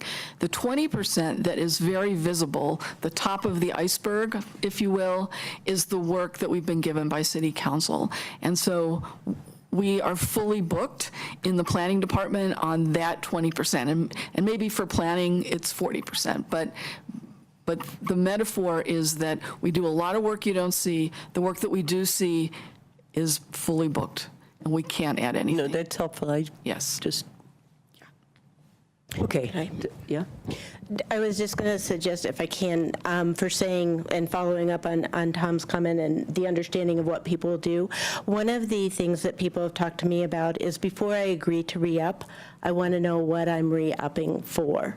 So when you say continue map, I think that a lot of people think, okay, we get to rehash all the issues that we did before and try to get farther or try to get less forward, and that we have 4-hour meetings at least once a month or whatever. So that's, I think, why we're suggesting maybe a new charter, if there was some guidance so that people knew I'm being asked to commit to basically 8 hours a month in preparation and meetings, or I'm being asked to come on a quarterly basis or twice a year to review suggested changes to give input on how it will impact the area that I represent. Those are two very different things for people to decide what to. I'm going to just jump in here because I feel like after the first MAP report, when they came up with the 35 things the council mostly adopted, we informally changed the charter. And at that point, we said they're going to meet about twice a year after the legislature to look at new changes in law or in the way that the world is working around marijuana. And that has been the informal direction that I feel like that we've gotten from council and that you all have carried out since then. Okay. And so if council feels differently, speak now, because I think maybe we could change the charter to be maybe more formally state that. But that's what I think we are. I think the heavy water has been, or the heavy load has been done, but I think there's a need to keep this group together, just as we've spoken, and maybe the frequency doesn't need to be like once a month. Maybe Well, she was saying twice a year. Yeah, maybe it just be twice a year, or, I mean, as needed, or something like that. So I'm fine with that, with the caveat that they meet soon to help figure out this energy issue. And that at some point, whenever it's appropriate, that they take a look at the report of how the education program's going and give us feedback on that. And then it sounds like after the state legislature meets again. So those are the three things I would see on your list. And if the third thing, in your third thing is what's going on in the state legislature. Correct. Think, you want to be able to be able to adapt. To me, those are the three things that are, okay. And so as needed to do those things over the next year and a half. Elizabeth. I can give you this. If it's okay, I just wanted to make a comment about the Energy Impact Offset Fund. That's been up and running. We've had 2 invoices, and we've planned a pretty robust stakeholder engagement process just around that topic. We invoice the licensed marijuana facilities to pay into the fund. So it's up and running. We're collecting funds, and how we're spending those funds, we're doing an engagement process around that. And so, not with MAP. We have not been part of MAP. We've been doing this engagement with all of the licensed facilities on a one-on-one basis, and then meetings. And we've, Climate and Sustainability has hired a consultant that's going to do a representative sample of interviews, because our goal is to give them more options to offset their energy, because some of the complaint is the fund is the only feasible option for them, since installing solar PV on their leased warehouses isn't very viable, and then community solar gardens aren't really available to them because of their federal status and because solar gardens request a 20-year contract. So that's some of the complaints we've gotten, that the fund is really our only option. Well, I've also heard, linking it to having some of these funds pay for affordable housing, energy. I think there's a nexus that I question that. Well, we don't ask that for any other business, and so. I think the deal is, the program is being threatened, and we want to make sure that we work out. Exactly. Okay, and so that's the concern here. So speak to how that will be addressed. It sounds like you're coming up with options, but that's only part of the solution? Yeah, Maybe? so some of the issues that were brought up in the forms that I believe you received via... We got a letter from a lawyer. Oh, right, yes. And that was sent to Deb Kalish, who is representing Climate and Sustainability as our attorney on that. Right, so I think that's what's prompted us to go, you know what? We need to sit down and work this out with businesses to come to some... Right. So that's what we're talking about. Yes, and we're having some, and I apologize, I didn't know you received that. Yeah. So we are working through those issues, and we have some resolution with some of them. And the issue with the affordable housing was, if We cannot, We're just talking process now. yeah, Okay. yeah. I don't want to get in the weeds, Yeah. sorry. I think it's a perfect thing to punt a map, right? Well, that's what Because that's what I thought. Right. the way it was delivered to me was with a cover that said, this is not a threat of litigation. This is just an issue to be aware of. And so I just think we need to see what the business community can come up with. I mean, I don't think the employer wants to take Boulder to court over not wanting to have energy offsets for pot. I mean, they want to be green both ways, so. Going to be treated fairly, though, too. Right, no, and I think that's why I would like MAP to review it, because I think we have done something that maybe wasn't completely thought through, but I don't want to. Or could be improved upon. Or could be improved, right. Could be, maybe it was thought through great, and there's a nexus that may not be there. I think Lisa's right, so I would hope we just pass it to MAP. That's what we were thinking we were telling you. Correct. And that works? Yeah, and I'm Carolyn Nealon with Climate and Sustainability, and I'm managing the contractor that we have to implement the offset funds. And so with MAP, with the decision tonight to continue MAP, we'll certainly include them in that stakeholder process. I think what Elizabeth is conveying is